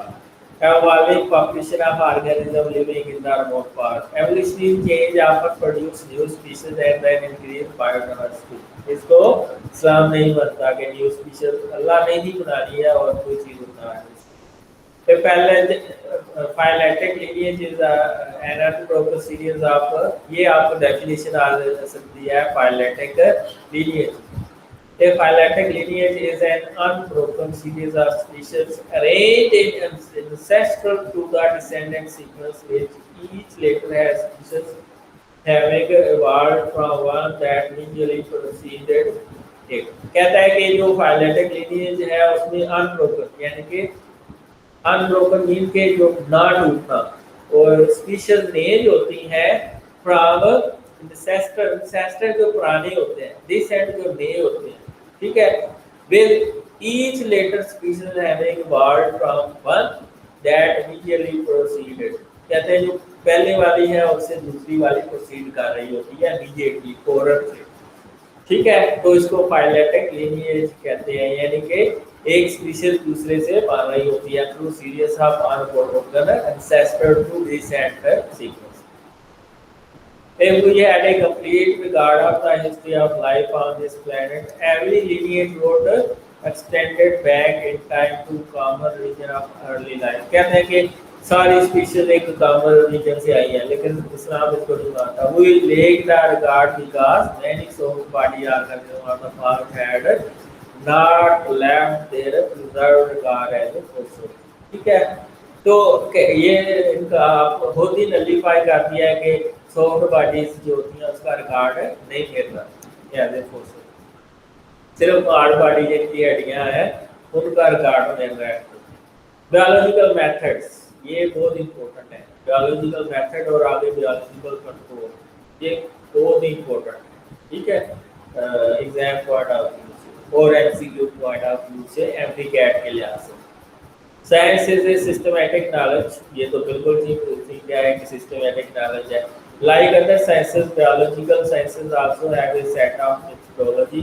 It is based on experimental inquiry. It has always begun with chances of observation। मैंने आपको बताया कि साइंस स्टार्ट ही होती है ऑब्जर्वेशन। ऑब्जर्वेशन से पहले हम हाइपोथेसिस बनाते हैं, हाइपोथेसिस के बाद हम उसको ऑब्जर्व करते हैं, फिर वो उसको एक्सपेरिमेंट करते हैं, एक्सपेरिमेंट के बाद वो हम थ्योरी बनाते हैं, थ्योरी के बाद जब सारे साइंटिस्ट को मान लेते हैं तो वो लॉ बन जाता है। Observation are made with the five senses by the vision, hearing, smell, taste, and touch. Depends upon their functionality. Observation can both be qualitative and quantitative। Qualitative appearance की बेस पे, क्वांटिटेटिव हम उसको quantify करते हैं, उसको गिनते हैं ये कितनी चीज है। Quantitative observation have accuracy or qualitative as in the former variable are measurable and recordable in terms of number। कहते हैं क्वांटिटेटिव जो होती हैं उनको, जो क्वालिटेटिव है क्वालिटेटिव ट्रेट्स हैं उसको हम काउंट कर सकते हैं। मसलन साइज कितना है, हाइट कितनी है, कलर कौन सा है, ये क्वालिटेटिव है, लेकिन इसको हमने क्वांटिटेटिव बना दिया बाय काउंटिंग। तो इसलिए कहते हैं क्वांटिटेटिव की एक्यूरेसी ज़्यादा है और क्वालिटेटिव। ठीक है, इसमें वेरिएबल होता है क्वालिटेटिव में and regarded in terms of number. तो क्वांटिटेटिव में नंबर के लिहाज से हमारे पास एक फिगर आ जाता है, इसलिए क्वांटिटेटिव बेटर है as compare to qualitative. Qualitative में आपने बताना है कि ये कलर है, इसका वाइट है, ये छोटा है, ये बड़ा है, इसकी हाइट ज़्यादा है या कम है। क्वांटिटेटिव में हम क्या करते हैं, वो क्वांटिफाई कर लेते हैं कि बड़े कितने हैं, छोटे कितने हैं, वाइट कलर वाले कितने हैं, ब्लैक कलर वाले कौन से हैं। दिस स्टेटमेंट इज किधर गया, and observer organize observation into data.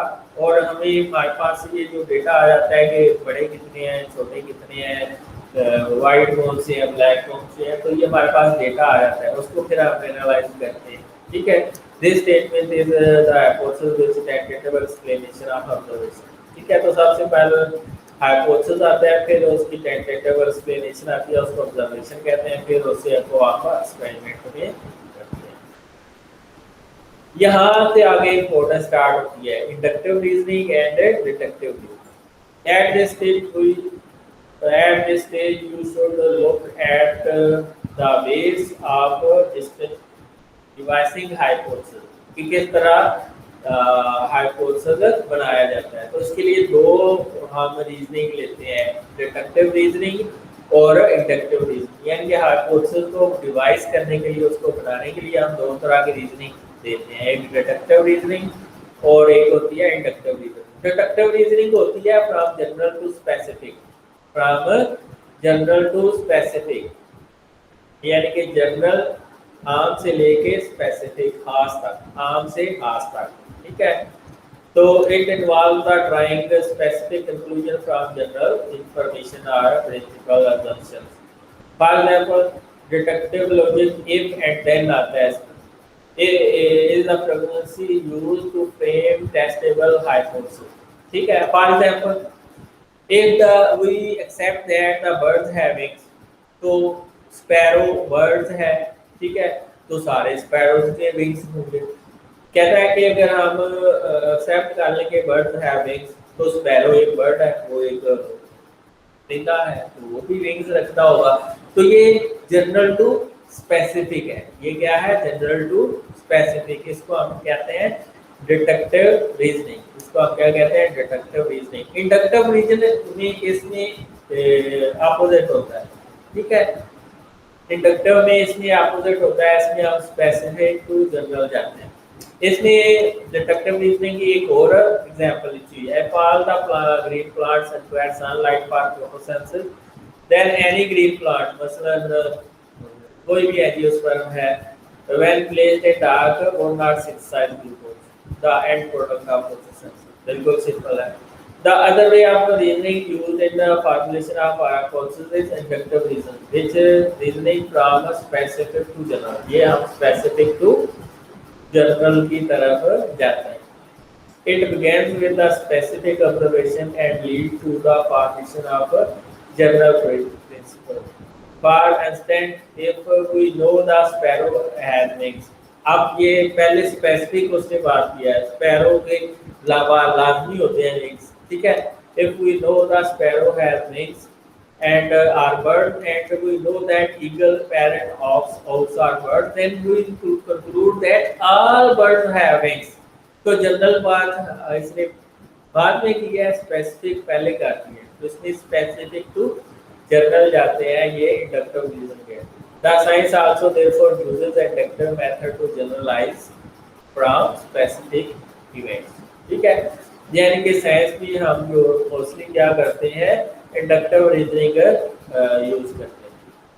In fact, sometimes scientists also use other ways to form a hypothesis।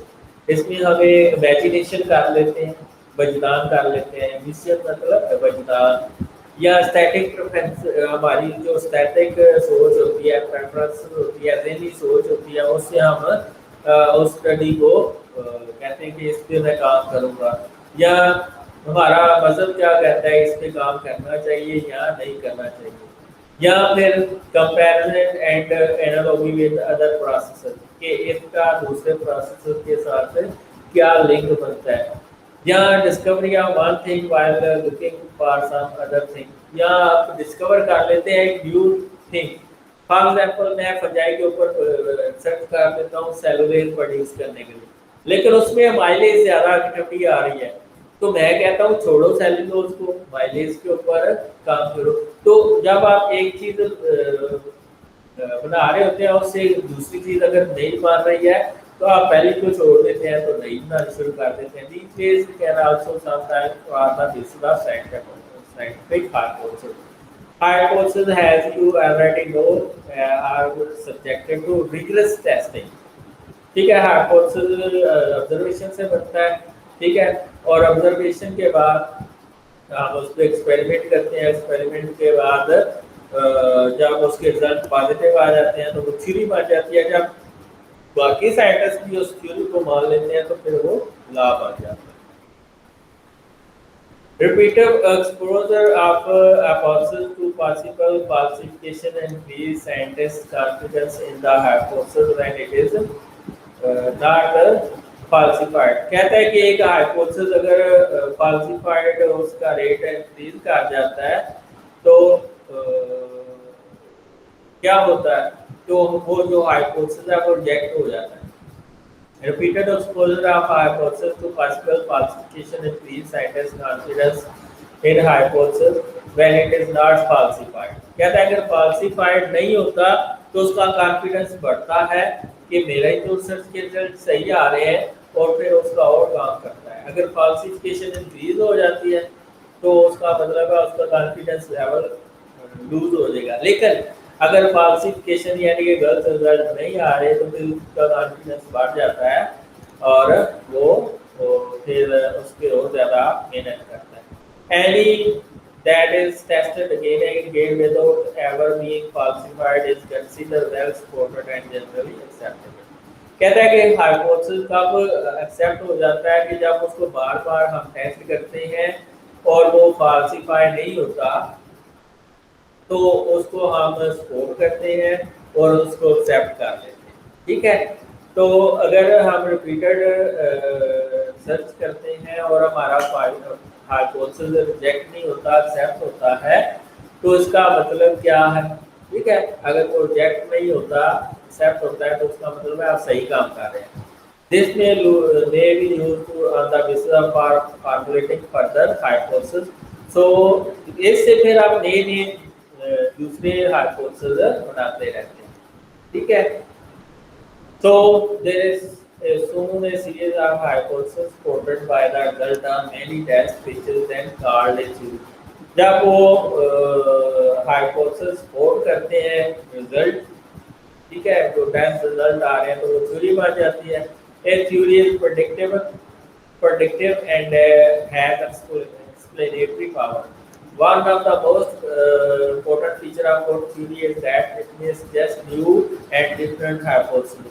A theory of this kind is called productive। कहते हैं कि जो थ्योरी बनती है आपके हाइपोथेसिस से, वो ऐसी होनी चाहिए कि उससे और ज़्यादा हाइपोथेसिस बने, उससे और ज़्यादा हाइपोथेसिस बने, तो इस तरह की थ्योरी को हम प्रोडक्टिव थ्योरी कहते हैं। ठीक है, however even in case of productive theory the testing goes on। In fact many scientists take it as a challenge and exert even greater effort to disprove the theory। अब एक scientist ने theory बना ली है, अब दूसरे scientist मेहनत करते हैं आपने इसको डिस्प्रूव करना ही करना है, इसको रिजेक्ट करना ही करना है, लेकिन वो रिजेक्ट नहीं होती, एक्सेप्ट हो जाती है। तो फिर वो जब दूसरे साइंटिस्ट उसको एक्सेप्ट कर लेते हैं तो वो फिर लाभ आ जाता है। If a theory survives this skeptical approach and continue to supported by experiment evidence, it becomes a scientific law। फिर वो law बन जाता है। A scientific law is a uniform or a constant fact of nature। It is virtually an irrefutable theory। तो फिर वो यानी irrefutable theory क्या होती है जिसको आप इनकार नहीं कर सकते,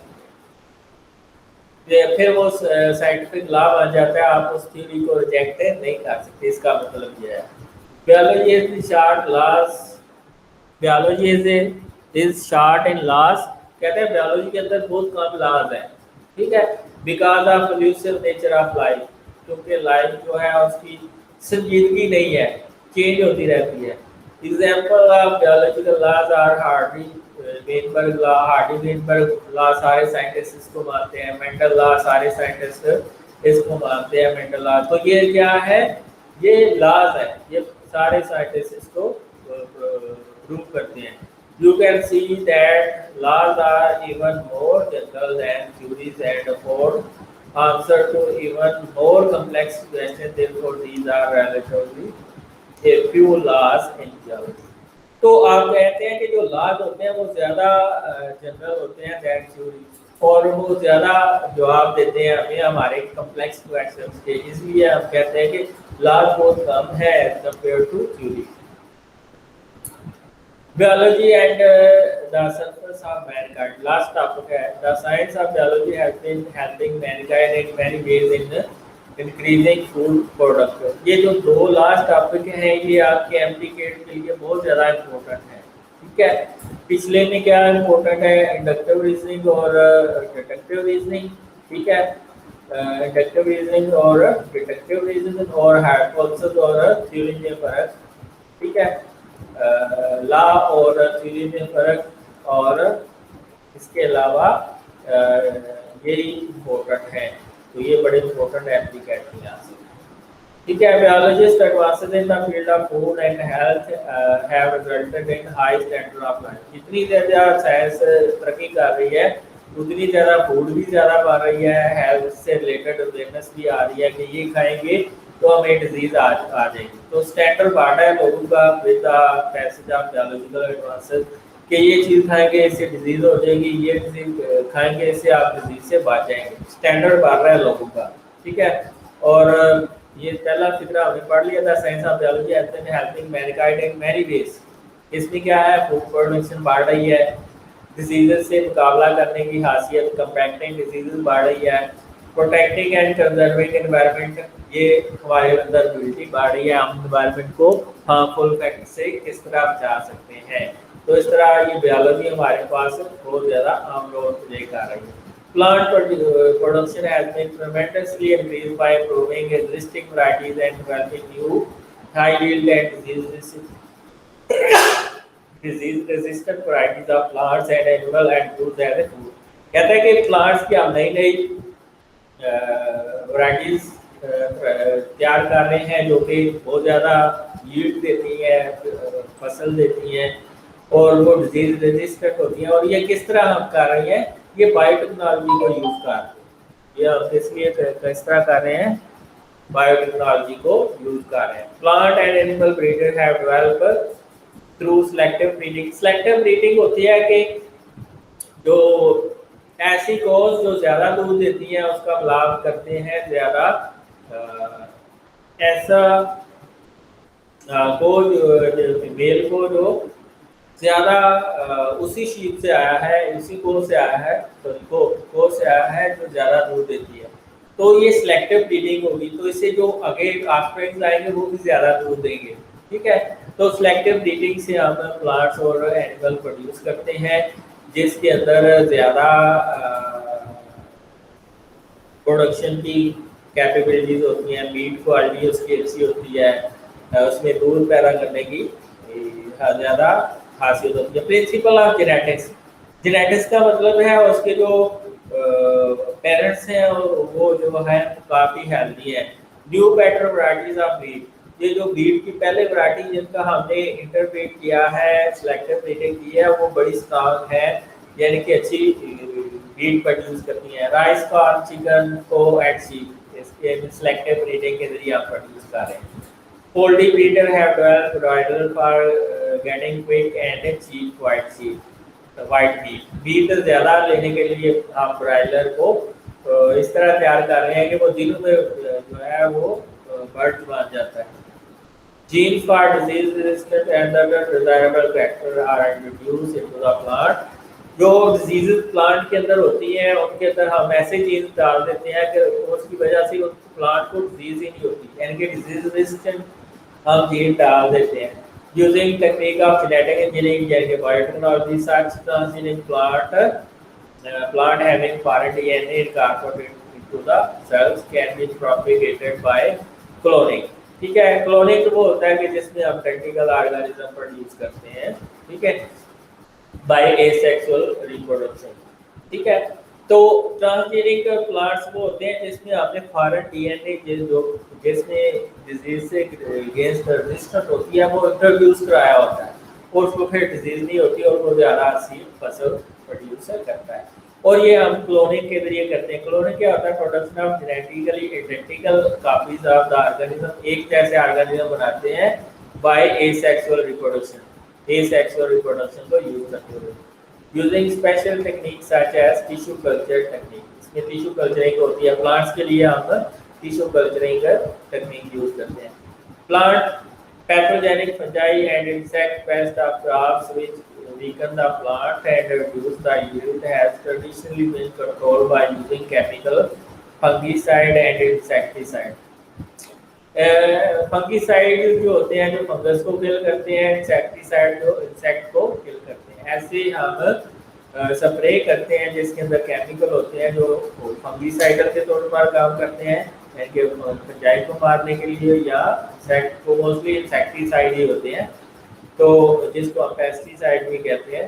लेकिन इसके यूज से क्या होता है कि एनवायरमेंटल पोल्यूशन हो रही होती है, टॉक्सिक प्रॉब्लम्स आ रही होती हैं ह्यूमन बीइंग्स को, वाटर में ये इंक्लूड हो जाते हैं और डिग्रेडेड नहीं होते, जिसकी वजह से टॉक्सिक प्रॉब्लम्स आती हैं ह्यूमन बीइंग्स को। There are chances of insect becoming resistant to the effect of human, और ये जो इंसेक्टिसाइड से केमिकल से ये रेजिस्टेंट हो रहे हैं इंसेक्ट। बायोलॉजिकल कंट्रोल ये सबसे अच्छा कंट्रोल है, इसमें आप लिविंग ऑर्गेनिज्म को यूज करते हैं दूसरे ऑर्गेनिज्म को खत्म करने की, उसको हम बायोलॉजिकल कंट्रोल करते हैं। Biological control eliminate all such hazards, इसमें हम लिविंग ऑर्गेनिज्म को यूज करते हैं दूसरे ऑर्गेनिज्म को खाने के लिए। In biological control, pests are destroyed by using some living organisms that compete with the or even eat them up, ठीक है, जो उसके साथ compete करते हैं या उसको खा जाते हैं, ऐसे हम ऑर्गेनिज्म यूज करते हैं बायोलॉजिकल कंट्रोल में, जो डिस्ट्रॉय कर देते हैं उस लिविंग ऑर्गेनिज्म को जो फसलों को खा रहा होता है। एनएम्फर्ड, ये आपको पीपीएससी के साल के एग्जाम में भी आया, ठीक है। And inferred that walnut tree is being controlled by, inferred जो है वो टैग करता है walnut tree is being controlled by biological by best. ये आंसर था उसका कि एम्फर्ड जो है वो टैग करता है वालनट, उसको खत्म करने के लिए आप कौन सा यूज करते हैं? बेस्ट यूज करते हैं, दैट पैरासाइट दिस एम्फर्ड, जो इस एम्फर्ड का पैरासाइट है और इसकी वजह से ये एम्फर्ड किल हो जाता है। ये एम्फर्ड जो है वो वालनट को खाता है, और वालनट एम्फर्ड को क्या चीज किल कर देती है? Best. Even some bacteria are being used for biopesticide, कुछ बैक्टीरिया है जब वो पेस्ट के अंदर जाते हैं वो उसको किल कर देते हैं। Effective control of a particular disastrous disease or all common diseases of plant can be achieved by using relevant appropriate method of disease control. Such an approaches of disease control is called integrated disease management. ये integrated disease management की definition लिखी हुई है कि हम effective control disaster diseases के लिए हम यूज करते हैं relevant appropriate method to control that disease. इस मेथड को हम क्या कहते हैं? Integrated disease management method. Soil is a complex medium, soil बहुत कॉम्प्लेक्स मीडियम होती है जिसमें मिनरल वाटर सारी चीजें यूज होती हैं। It is almost impossible to conduct experiment on nutrient requirement of plants by growing them in soil, ठीक है। तो सॉइल, हर सॉइल का एनालिसिस क्यों करते हैं? हमें पता चल जाए इसमें कौन सा मिनरल जो है सॉइल के अंदर यूज है। वो इतनी ज़्यादा कॉम्प्लेक्स होती है सॉइल, उसके ऊपर एक्सपेरिमेंट करना बहुत मुश्किल हो जाता है bye growing them in soil. Hydroponic culture technique is used to test whether a certain nutrient is essential for plant or not. Hydroponic technique क्या होती है? वाटर के अंदर हम मिनरल डाल देते हैं और उसके अंदर प्लांट को ग्रो करते हैं। अगर वो अच्छा ग्रो कर देता है, हम कहते हैं ये मिनरल अच्छा है प्लांट के लिए। अगर वो अच्छा नहीं ग्रो करता तो हम कहते हैं ये अच्छा नहीं है मिनरल। तो इसको हाइड्रोपोनिक की टेक्निक कहते हैं। In this technique, the plant are grown in aerated water to which nutrient minerals are added. और अगर वो जो आपने न्यूट्रिएंट्स ऐड किए हुए हैं, अगर वो जो ग्रोथ को बढ़ा देते हैं, हम कहते हैं कि ये अच्छे हैं प्लांट के लिए। Hydroponic farming however is not yet feasible। क्यों? इसमें कॉस्ट बहुत ज़्यादा होती है, लेकिन जो एस्ट्रोनॉट हैं जो जमीन से ऊपर जाते हैं किसी और प्लैनेट के ऊपर, वो इस टेक्निक को वेजिटेबल को बनाने के लिए यूज करते हैं। Different techniques of food preservation has been developed for protecting food from spoilage, for its use and transport over long distance without damaging its quality। कहते हैं कि डिफरेंट टेक्निक्स बना ली गई हैं जो फूड को प्रिजर्व करती हैं और उसको बचाती हैं from environment and fungi and bacteria by it's spoilage. ठीक है। और इस तरह वो लॉन्ग डिस्टेंस पे ट्रांसपोर्ट भी हो जाती है और उसकी क्वालिटी भी बरकरार है। तो उसमें एक टेक्निक है पास्चराइजेशन, जिसमें आप मिल्क को 30 डिग्री सेंटीग्रेड 72 डिग्री सेंटीग्रेड के ऊपर गर्म करते हैं 15 से 20 सेकंड के लिए। ये लुईस पास्चर ने इसको डिस्कवर किया था। This is being widely used for the preparing of milk and milk products। ये बार बार एमडी कैट में आता है कि पास्चराइजेशन किसके लिए यूज होती है? वो मिल्क और मिल्क प्रोडक्ट के लिए यूज होती है। Disease control, there has been fantastic programs in the area of health and disease control। 3 method जो यूज होते हैं डिजीज कंट्रोल के: preventive measures, vaccination and drug treatment या gene therapy. Drug treatment different है, gene therapy different है। Gene therapy में हम अब नॉर्मल जीन को निकाल के उसकी जगह नॉर्मल लगा देते हैं। Preventive measures. The advances in biological science has provided us information about the causative agent of the disease and their mode of transmission।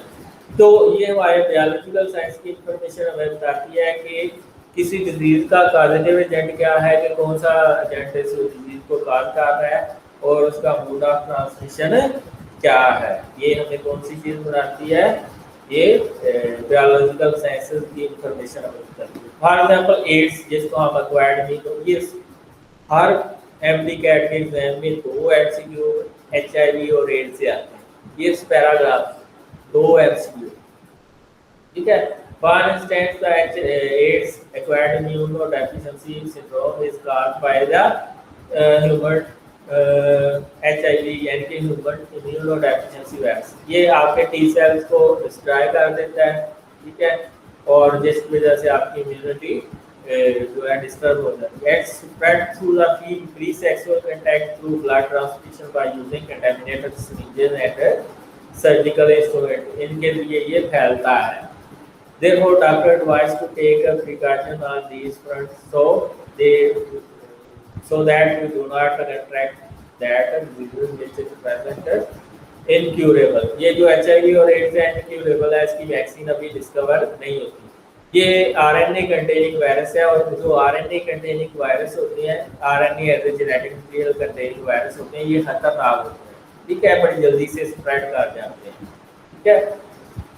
इसलिए डॉक्टरों को ये एडवाइस किया जाता है कि ये इस तरह के आप सर्जिकल इंस्ट्रूमेंट अगर आपने यूज करने हैं तो उसको आप अच्छी तरह ऑटोक्लेव कर लें, उसको अच्छी तरह स्टेरिलाइज कर लें।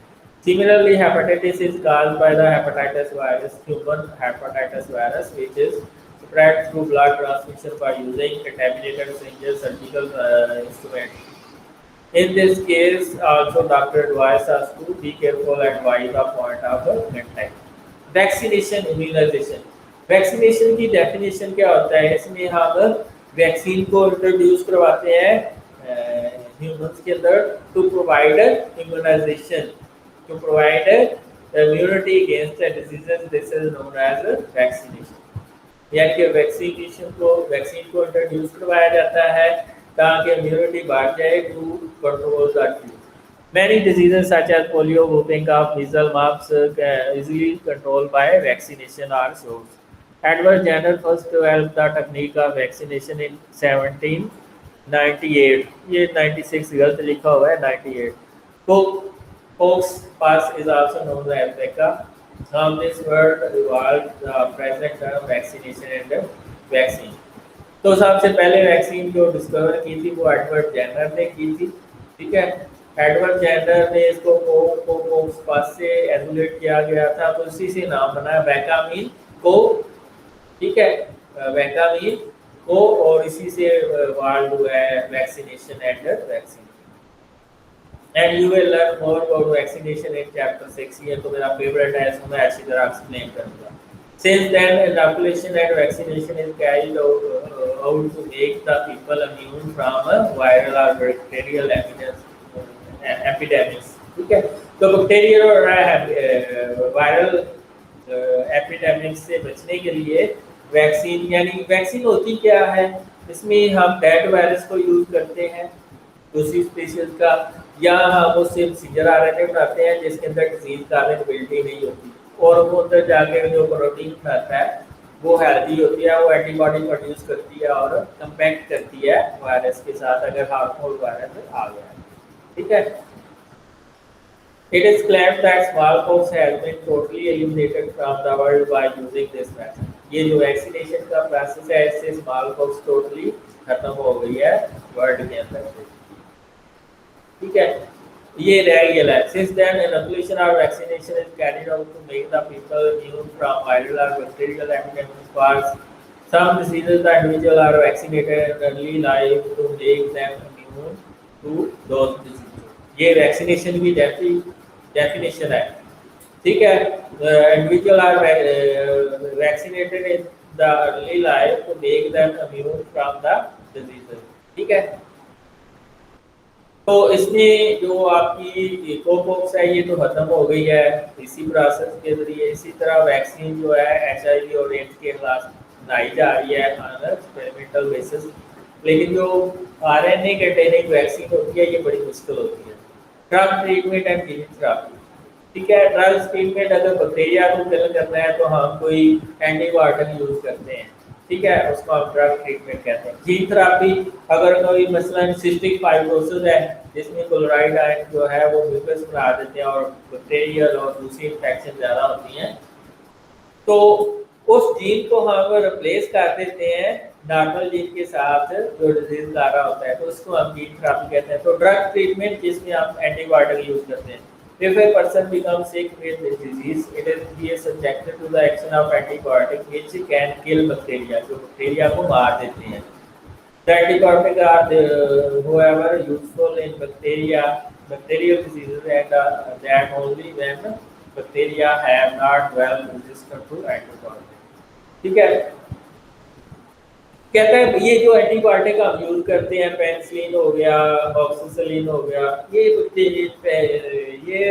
एंटीबायोटिक है उसी वक्त इफेक्टिव हो सकती हैं जब बैक्टीरिया के अंदर रेजिस्टेंट ना आई हो। अगर आई हो तो इसका कोई फायदा नहीं है, ठीक है। तो अगर रेजिस्टेंट नहीं आई होगी तो फिर एंटीबायोटिक का फायदा है। In cancer radiotherapy and chemotherapy are used. Radiotherapy में क्या होता है, हम ऐसे रेडियो एक्टिव मटेरियल यूज करते हैं जो शॉर्ट वेव रेडिएशन प्रोड्यूस करती हैं जो कि किल कर देती हैं कैंसर प्रोड्यूसिंग सेल्स को, ठीक है। और जो आपकी कीमोथेरेपी है इसमें आप केमिकल यूज करते हैं to treat the cancer. In radiotherapy, the cancerous part is exposed to short wave radiation from radioactive material repeatedly at regular intervals. In Pakistan, there are several centers which are carrying out radiotherapy to control cancer. Chemotherapy consists of administering certain anti-cancer chemical to the patient at regular intervals. यानी वक्फे से ये जो chemicals हैं ये दिए जाते हैं regular interval, बकायदा वक्फे के साथ इसको दिया जाता है ताकि कैंसरियस सेल जो किल हो जाए, ठीक है। लेकिन बाद ये नॉर्मल सेल को भी किल कर देता है। Recently, new technique has been developed to repair defective genes, जिसको आप gene therapy कहते हैं. This consists of emulating the normal gene and inserting into the host through bone marrow cells. Bone marrow cells के लिए उसको transplant किया जाता है. This is called gene therapy. ये gene therapy की definition है. Compacting diseases, utilizing all methods and when required, and ensuring a participation of community in this program is known as integrated disease management. इसकी भी definition बार बार आ जाती है. इसमें क्या है, आप डिजीजेस के खिलाफ मुकाबला करते हैं बाय यूटिलाइजिंग मेथड. उसमें हम बहुत से तरीके और यूज़ करते हैं और इसमें आप कम्युनिटी भी इन्वॉल्व होती है इन एक्सपेरिमेंट्स के अंदर. तो उसको आप क्या कहते हैं, integrated disease management. This require awareness of community about the seriosity of the problem. इसमें आप कम्युनिटी को अवेयरनेस देते हैं, उनको बताते हैं कि कितनी खतरनाक डिजीजेज है, तो उसको क्योर करना कितना ज़रूरी है. इट काजेज एंड रेमेडीज, उसकी काज क्या है, गंदे पानी की वजह से होती है या हैवी मेटल की वजह से होती है या फिर ये जैसे सेक्स की वजह से होती है. This is very effective programme for prevention and control of dangerous diseases from the human society such as HIV. Besides its contribution to food production, health of man, biology has discovered a number of means and developed technology for the welfare of mankind, as for example, cloning, protection and conservation of environment. Cloning, इसमें आप practical काफी सुनाते हैं. Protection यानी कि environment को हम bad effect से प्रोटेक्ट करते हैं. कंजर्वेशन ऑफ एनवायरनमेंट, और एनवायरनमेंट को कंजर्व करते हैं by making suitable changes. Cloning क्या होती है? Cloning is a technology for achieving use any gain. ठीक है, यहाँ के हमें ज़्यादा से ज़्यादा फायदे पहुँचे. A clone is defined as a cell or individual and all its asexually producing offspring.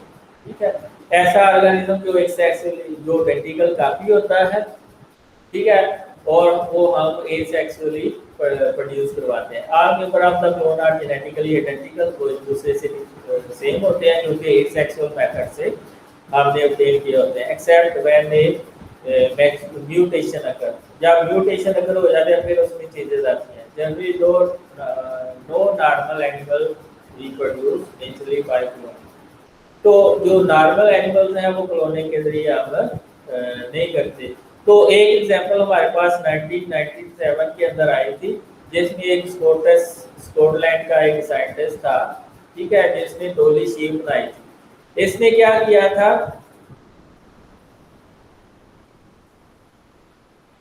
ये जो फर्टिलाइज एग था उसमें से न्यूक्लियस को उसने रिमूव कर दिया था. और इसने क्या किया था, जो मेमरी ग्लैंड होते हैं इसके के, उसके अंदर से न्यूक्लियस निकाल के एग के अंदर डाल दिया.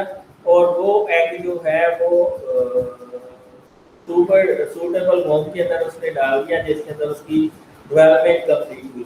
उससे जो इंडिविजुअल प्रोड्यूस हुआ का वो आइडेंटिकल कॉपी थी जो इंडिविजुअल न्यूक्लियस वाज यूज, जिसका न्यूक्लियस यूज किया था.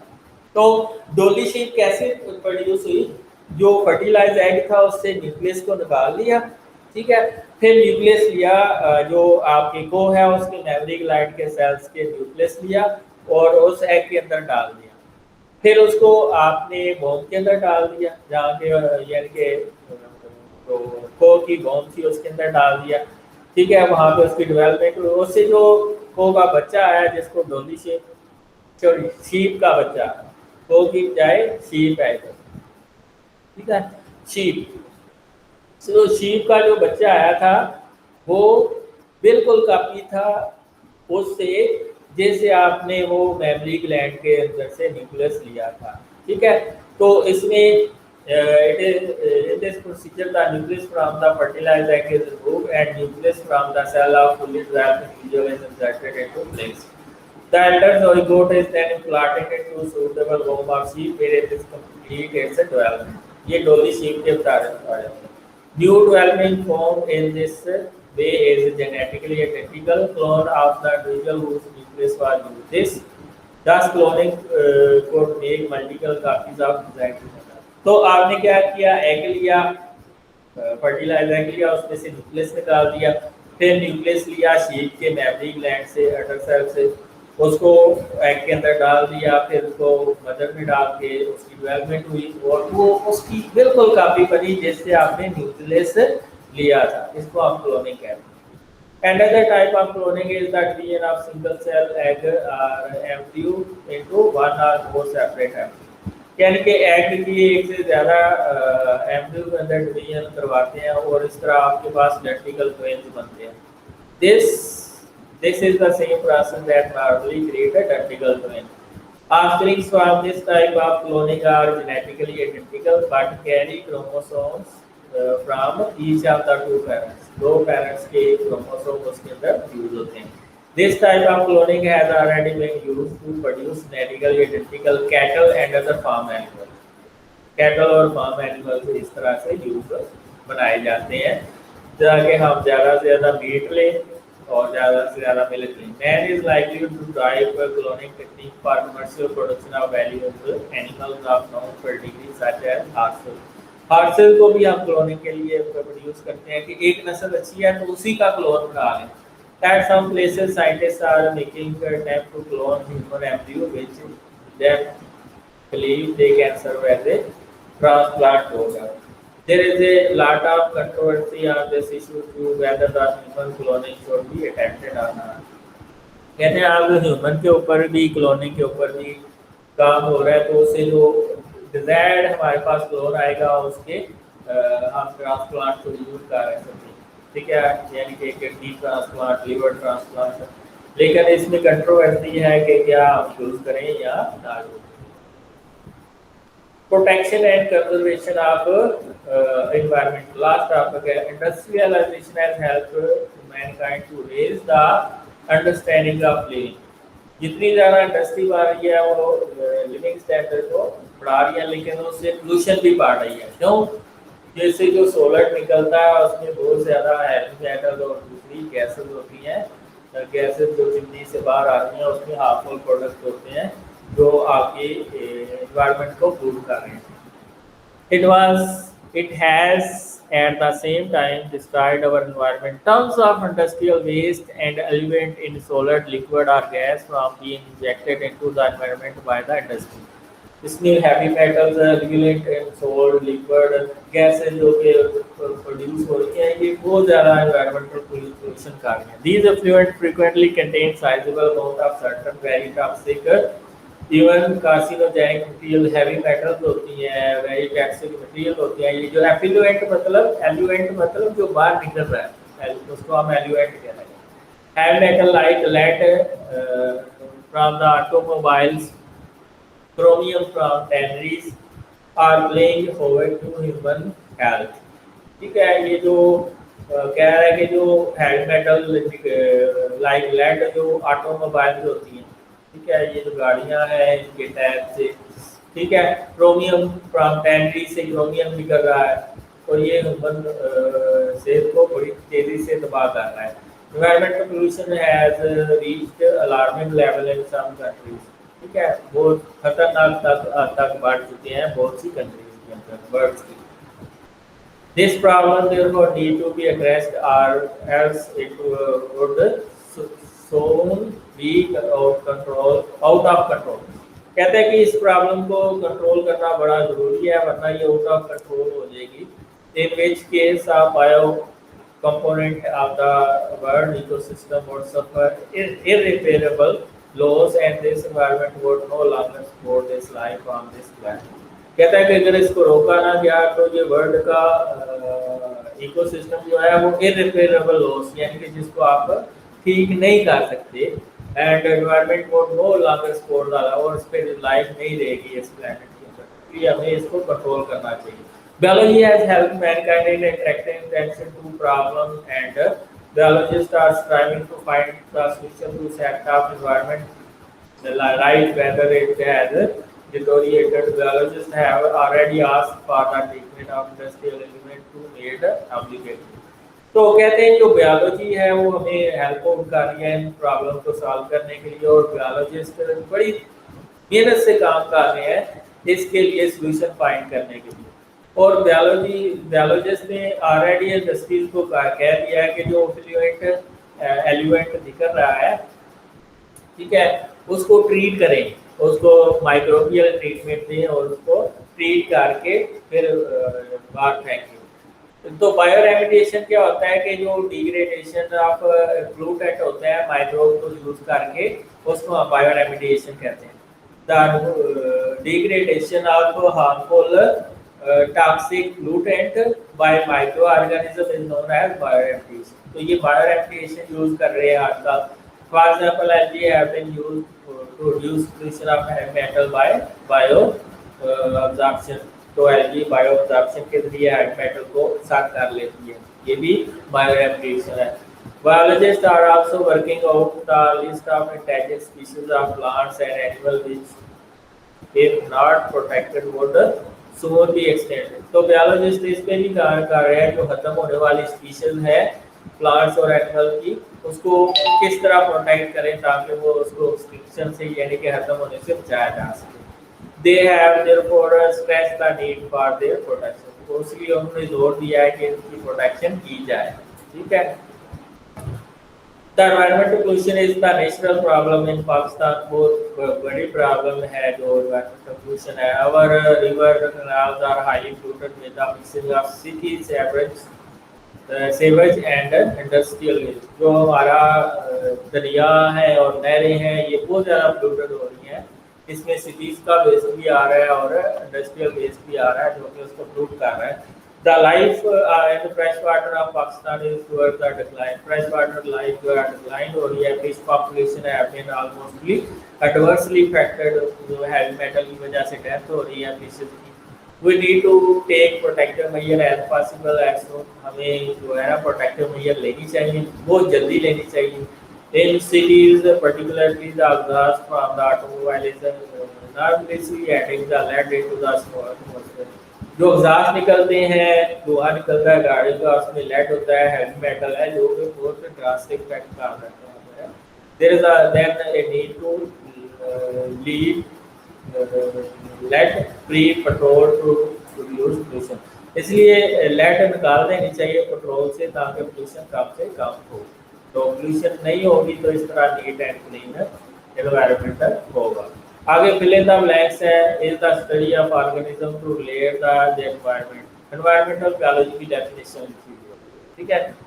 The study of organism living in fresh water bodies. Fresh water biology की डेफिनेशन लिखी हुई है, लेक्स टेक्स। is the branch of biology which deal with the study of social behavior। social biology की definition लिखी हुई है, ठीक है। and communal life of human beings। तो उसमें पहले में environmental biology की definition आई है, दूसरी fill in the blanks में fresh water biology आई है, तीसरी में social biology आई है, चौथी में human आएगा। human body only 6 bioelement account for 99% of the total mass। All living things and non-living things are formed from simple unit, उसको हम atoms कहते हैं। atom आएगा इसमें। various organ in plants and various organ system in animals are assembled together to form an individual या whole organism। ये मैंने बताया था कि फर्स्ट लाइन बड़ी इंपॉर्टेंट है। पॉपुलेशन की डेफिनेशन लिखी हुई है। Population is a group of organism of the same species located in the same place at the same time. ये हाइपोथेसिस की डेफिनेशन लिखी है। Hypothesis is the based upon observation. ये hypothesis is result of deductive reasoning and inductive reasoning, दोनों होती हैं इसकी। Penicillin was discovered by Edward Jenner from the fungus penicillin, ठीक है। तो कोकोक्स को डिस्कवर किया था एडवर्ड जेनर ने, पेनिसिलिन को डिस्कवर नहीं किया, ठीक है, फ्रॉम को। तो ये गलत है। Many diseases such as polio, whooping cough, measles, mumps can be controlled by antibiotic। गलत है, वैक्सीन्स के जरिए कंट्रोल करते हैं। तो पहला भी गलत है, दूसरा भी गलत है। Exposure to the smallpox virus allows the body to develop immunity against the pox। नहीं, स्मॉलपॉक्स का वायरस है तो वो स्मॉलपॉक्स वायरस के खिलाफ भी जो है करेगा, तो ये गलत है। एड्स, ये ठीक है। AIDS is caused by HIV and spread through sexual contact, blood transfusion by contaminated syringes and surgical instruments। Third question है, what do you mean by hypothesis? How does law differ from theory? What is deductive reasoning? Define vaccination right? A short note on cloning. तो सबसे पहले what is hypothesis? An hypothesis is a tentative explanation of observation. ये hypothesis की definition है. An hypothesis is a tentative explanation of observation. There are two ways of formulating hypothesis: inductive reasoning and deductive reasoning. How does law differ from theory? If a series of hypotheses quoted by the result of many tests, which is then called a theory of this kind is called productive. यानी कि जो अगर hypothesis बहुत से result उसको सही consider करते हैं तो वो थ्योरी होती है. If theory survives the skeptical approach, then it continues to be supported by the experimental evidence. Then it becomes a scientific law. For example, biological laws, कौन से हैं? Hardy Weinberg law, Mendel laws. ठीक है. तो theory होती है जिसको experiment जब उसको एक्सेप्ट कर लेते हैं या हाइपोथेसिस को एक्सपेरिमेंट जब एक्सेप्ट कर लेते हैं वो थ्योरी बन जाती है. और जब थ्योरी को different scientist in the world उसके ऊपर अप्रोच करते हैं और उसको सच मानते हैं तो वो लॉ की शक्ल में आ जाता है. What is deductive reasoning? इसमें आप क्या करते हैं? जनरल टू स्पेसिफिक की तरफ जाते हैं कि अगर सारे बर्ड्स विंग्स रखते हैं तो स्पैरो एक बर्ड है जिसको तो bird we conclude that sparrow have wings. तो ये इसकी डिडक्टिव रीजनिंग की आएगी. Define vaccination. It is defined as the treatment with a vaccine to produce immunity against a disease. It is defined as treatment with a vaccine to produce immunity against a disease. इसको हम क्या कहते हैं? Vaccination. Right A short note on cloning. Cloning क्या होता है? जिसमें आप जेनेटिकल ऑर्गेनिज्म प्रोड्यूस करते हैं बाय सेक्सुअल रिप्रोडक्शन. इसमें डोली शीट की एग्जांपल लिखी हुई है कि डोली शीट में क्या हुआ था? फर्टिलाइज एग के अंदर से न्यूक्लियस को निकाल दिया था और फिर फीमेल मैमरी ग्लैंड की अडर सेल से न्यूक्लियस लिया और एग के अंदर डाला. तो जिस सेल से आपने इसको शीट के अंदर से हमने न्यूक्लियस निकाला था तो ऑफस्प्रिंग जो प्रोड्यूस हुआ था बिल्कुल उसकी काफी. Extension question. इसमें मॉलिक्यूलर बायोलॉजी ये भी पीछे हो गया है. माइक्रोबायोलॉजी, माइक्रोब की स्टडी, मेराइन बायोलॉजी, सीज और ऑक्सीजन की स्टडी, बायोटेक्नोलॉजी. इसमें आप लिविंग ऑर्गेनिज्म और प्रोसेसेस को यूज करके यूजफुल थिंग्स बनाते हैं. बायोटेक्नोलॉजी है. फाइलेटिक लीनिएज ये पीछे मैंने एक्सप्लेन कर दिया है. ये सारा पॉपुलेशन कम्युनिटी की डेफिनेशन पीछे एक्सप्लेन कर दी है. बायोलॉजिकल मेथड की डिडक्टिव और इंडक्टिव रीजनिंग पीछे बता दिया है. ठीक है. What is the role of study of biology in welfare of mankind ये भी मैंने बता दिया. ठीक है. तो अगर आपको ये पसंद आया है पूरा चैप्टर तो चैनल को सब्सक्राइब करेंगे आप लोग और नेक्स्ट वीक हम सेकंड चैप्टर करेंगे. That's all.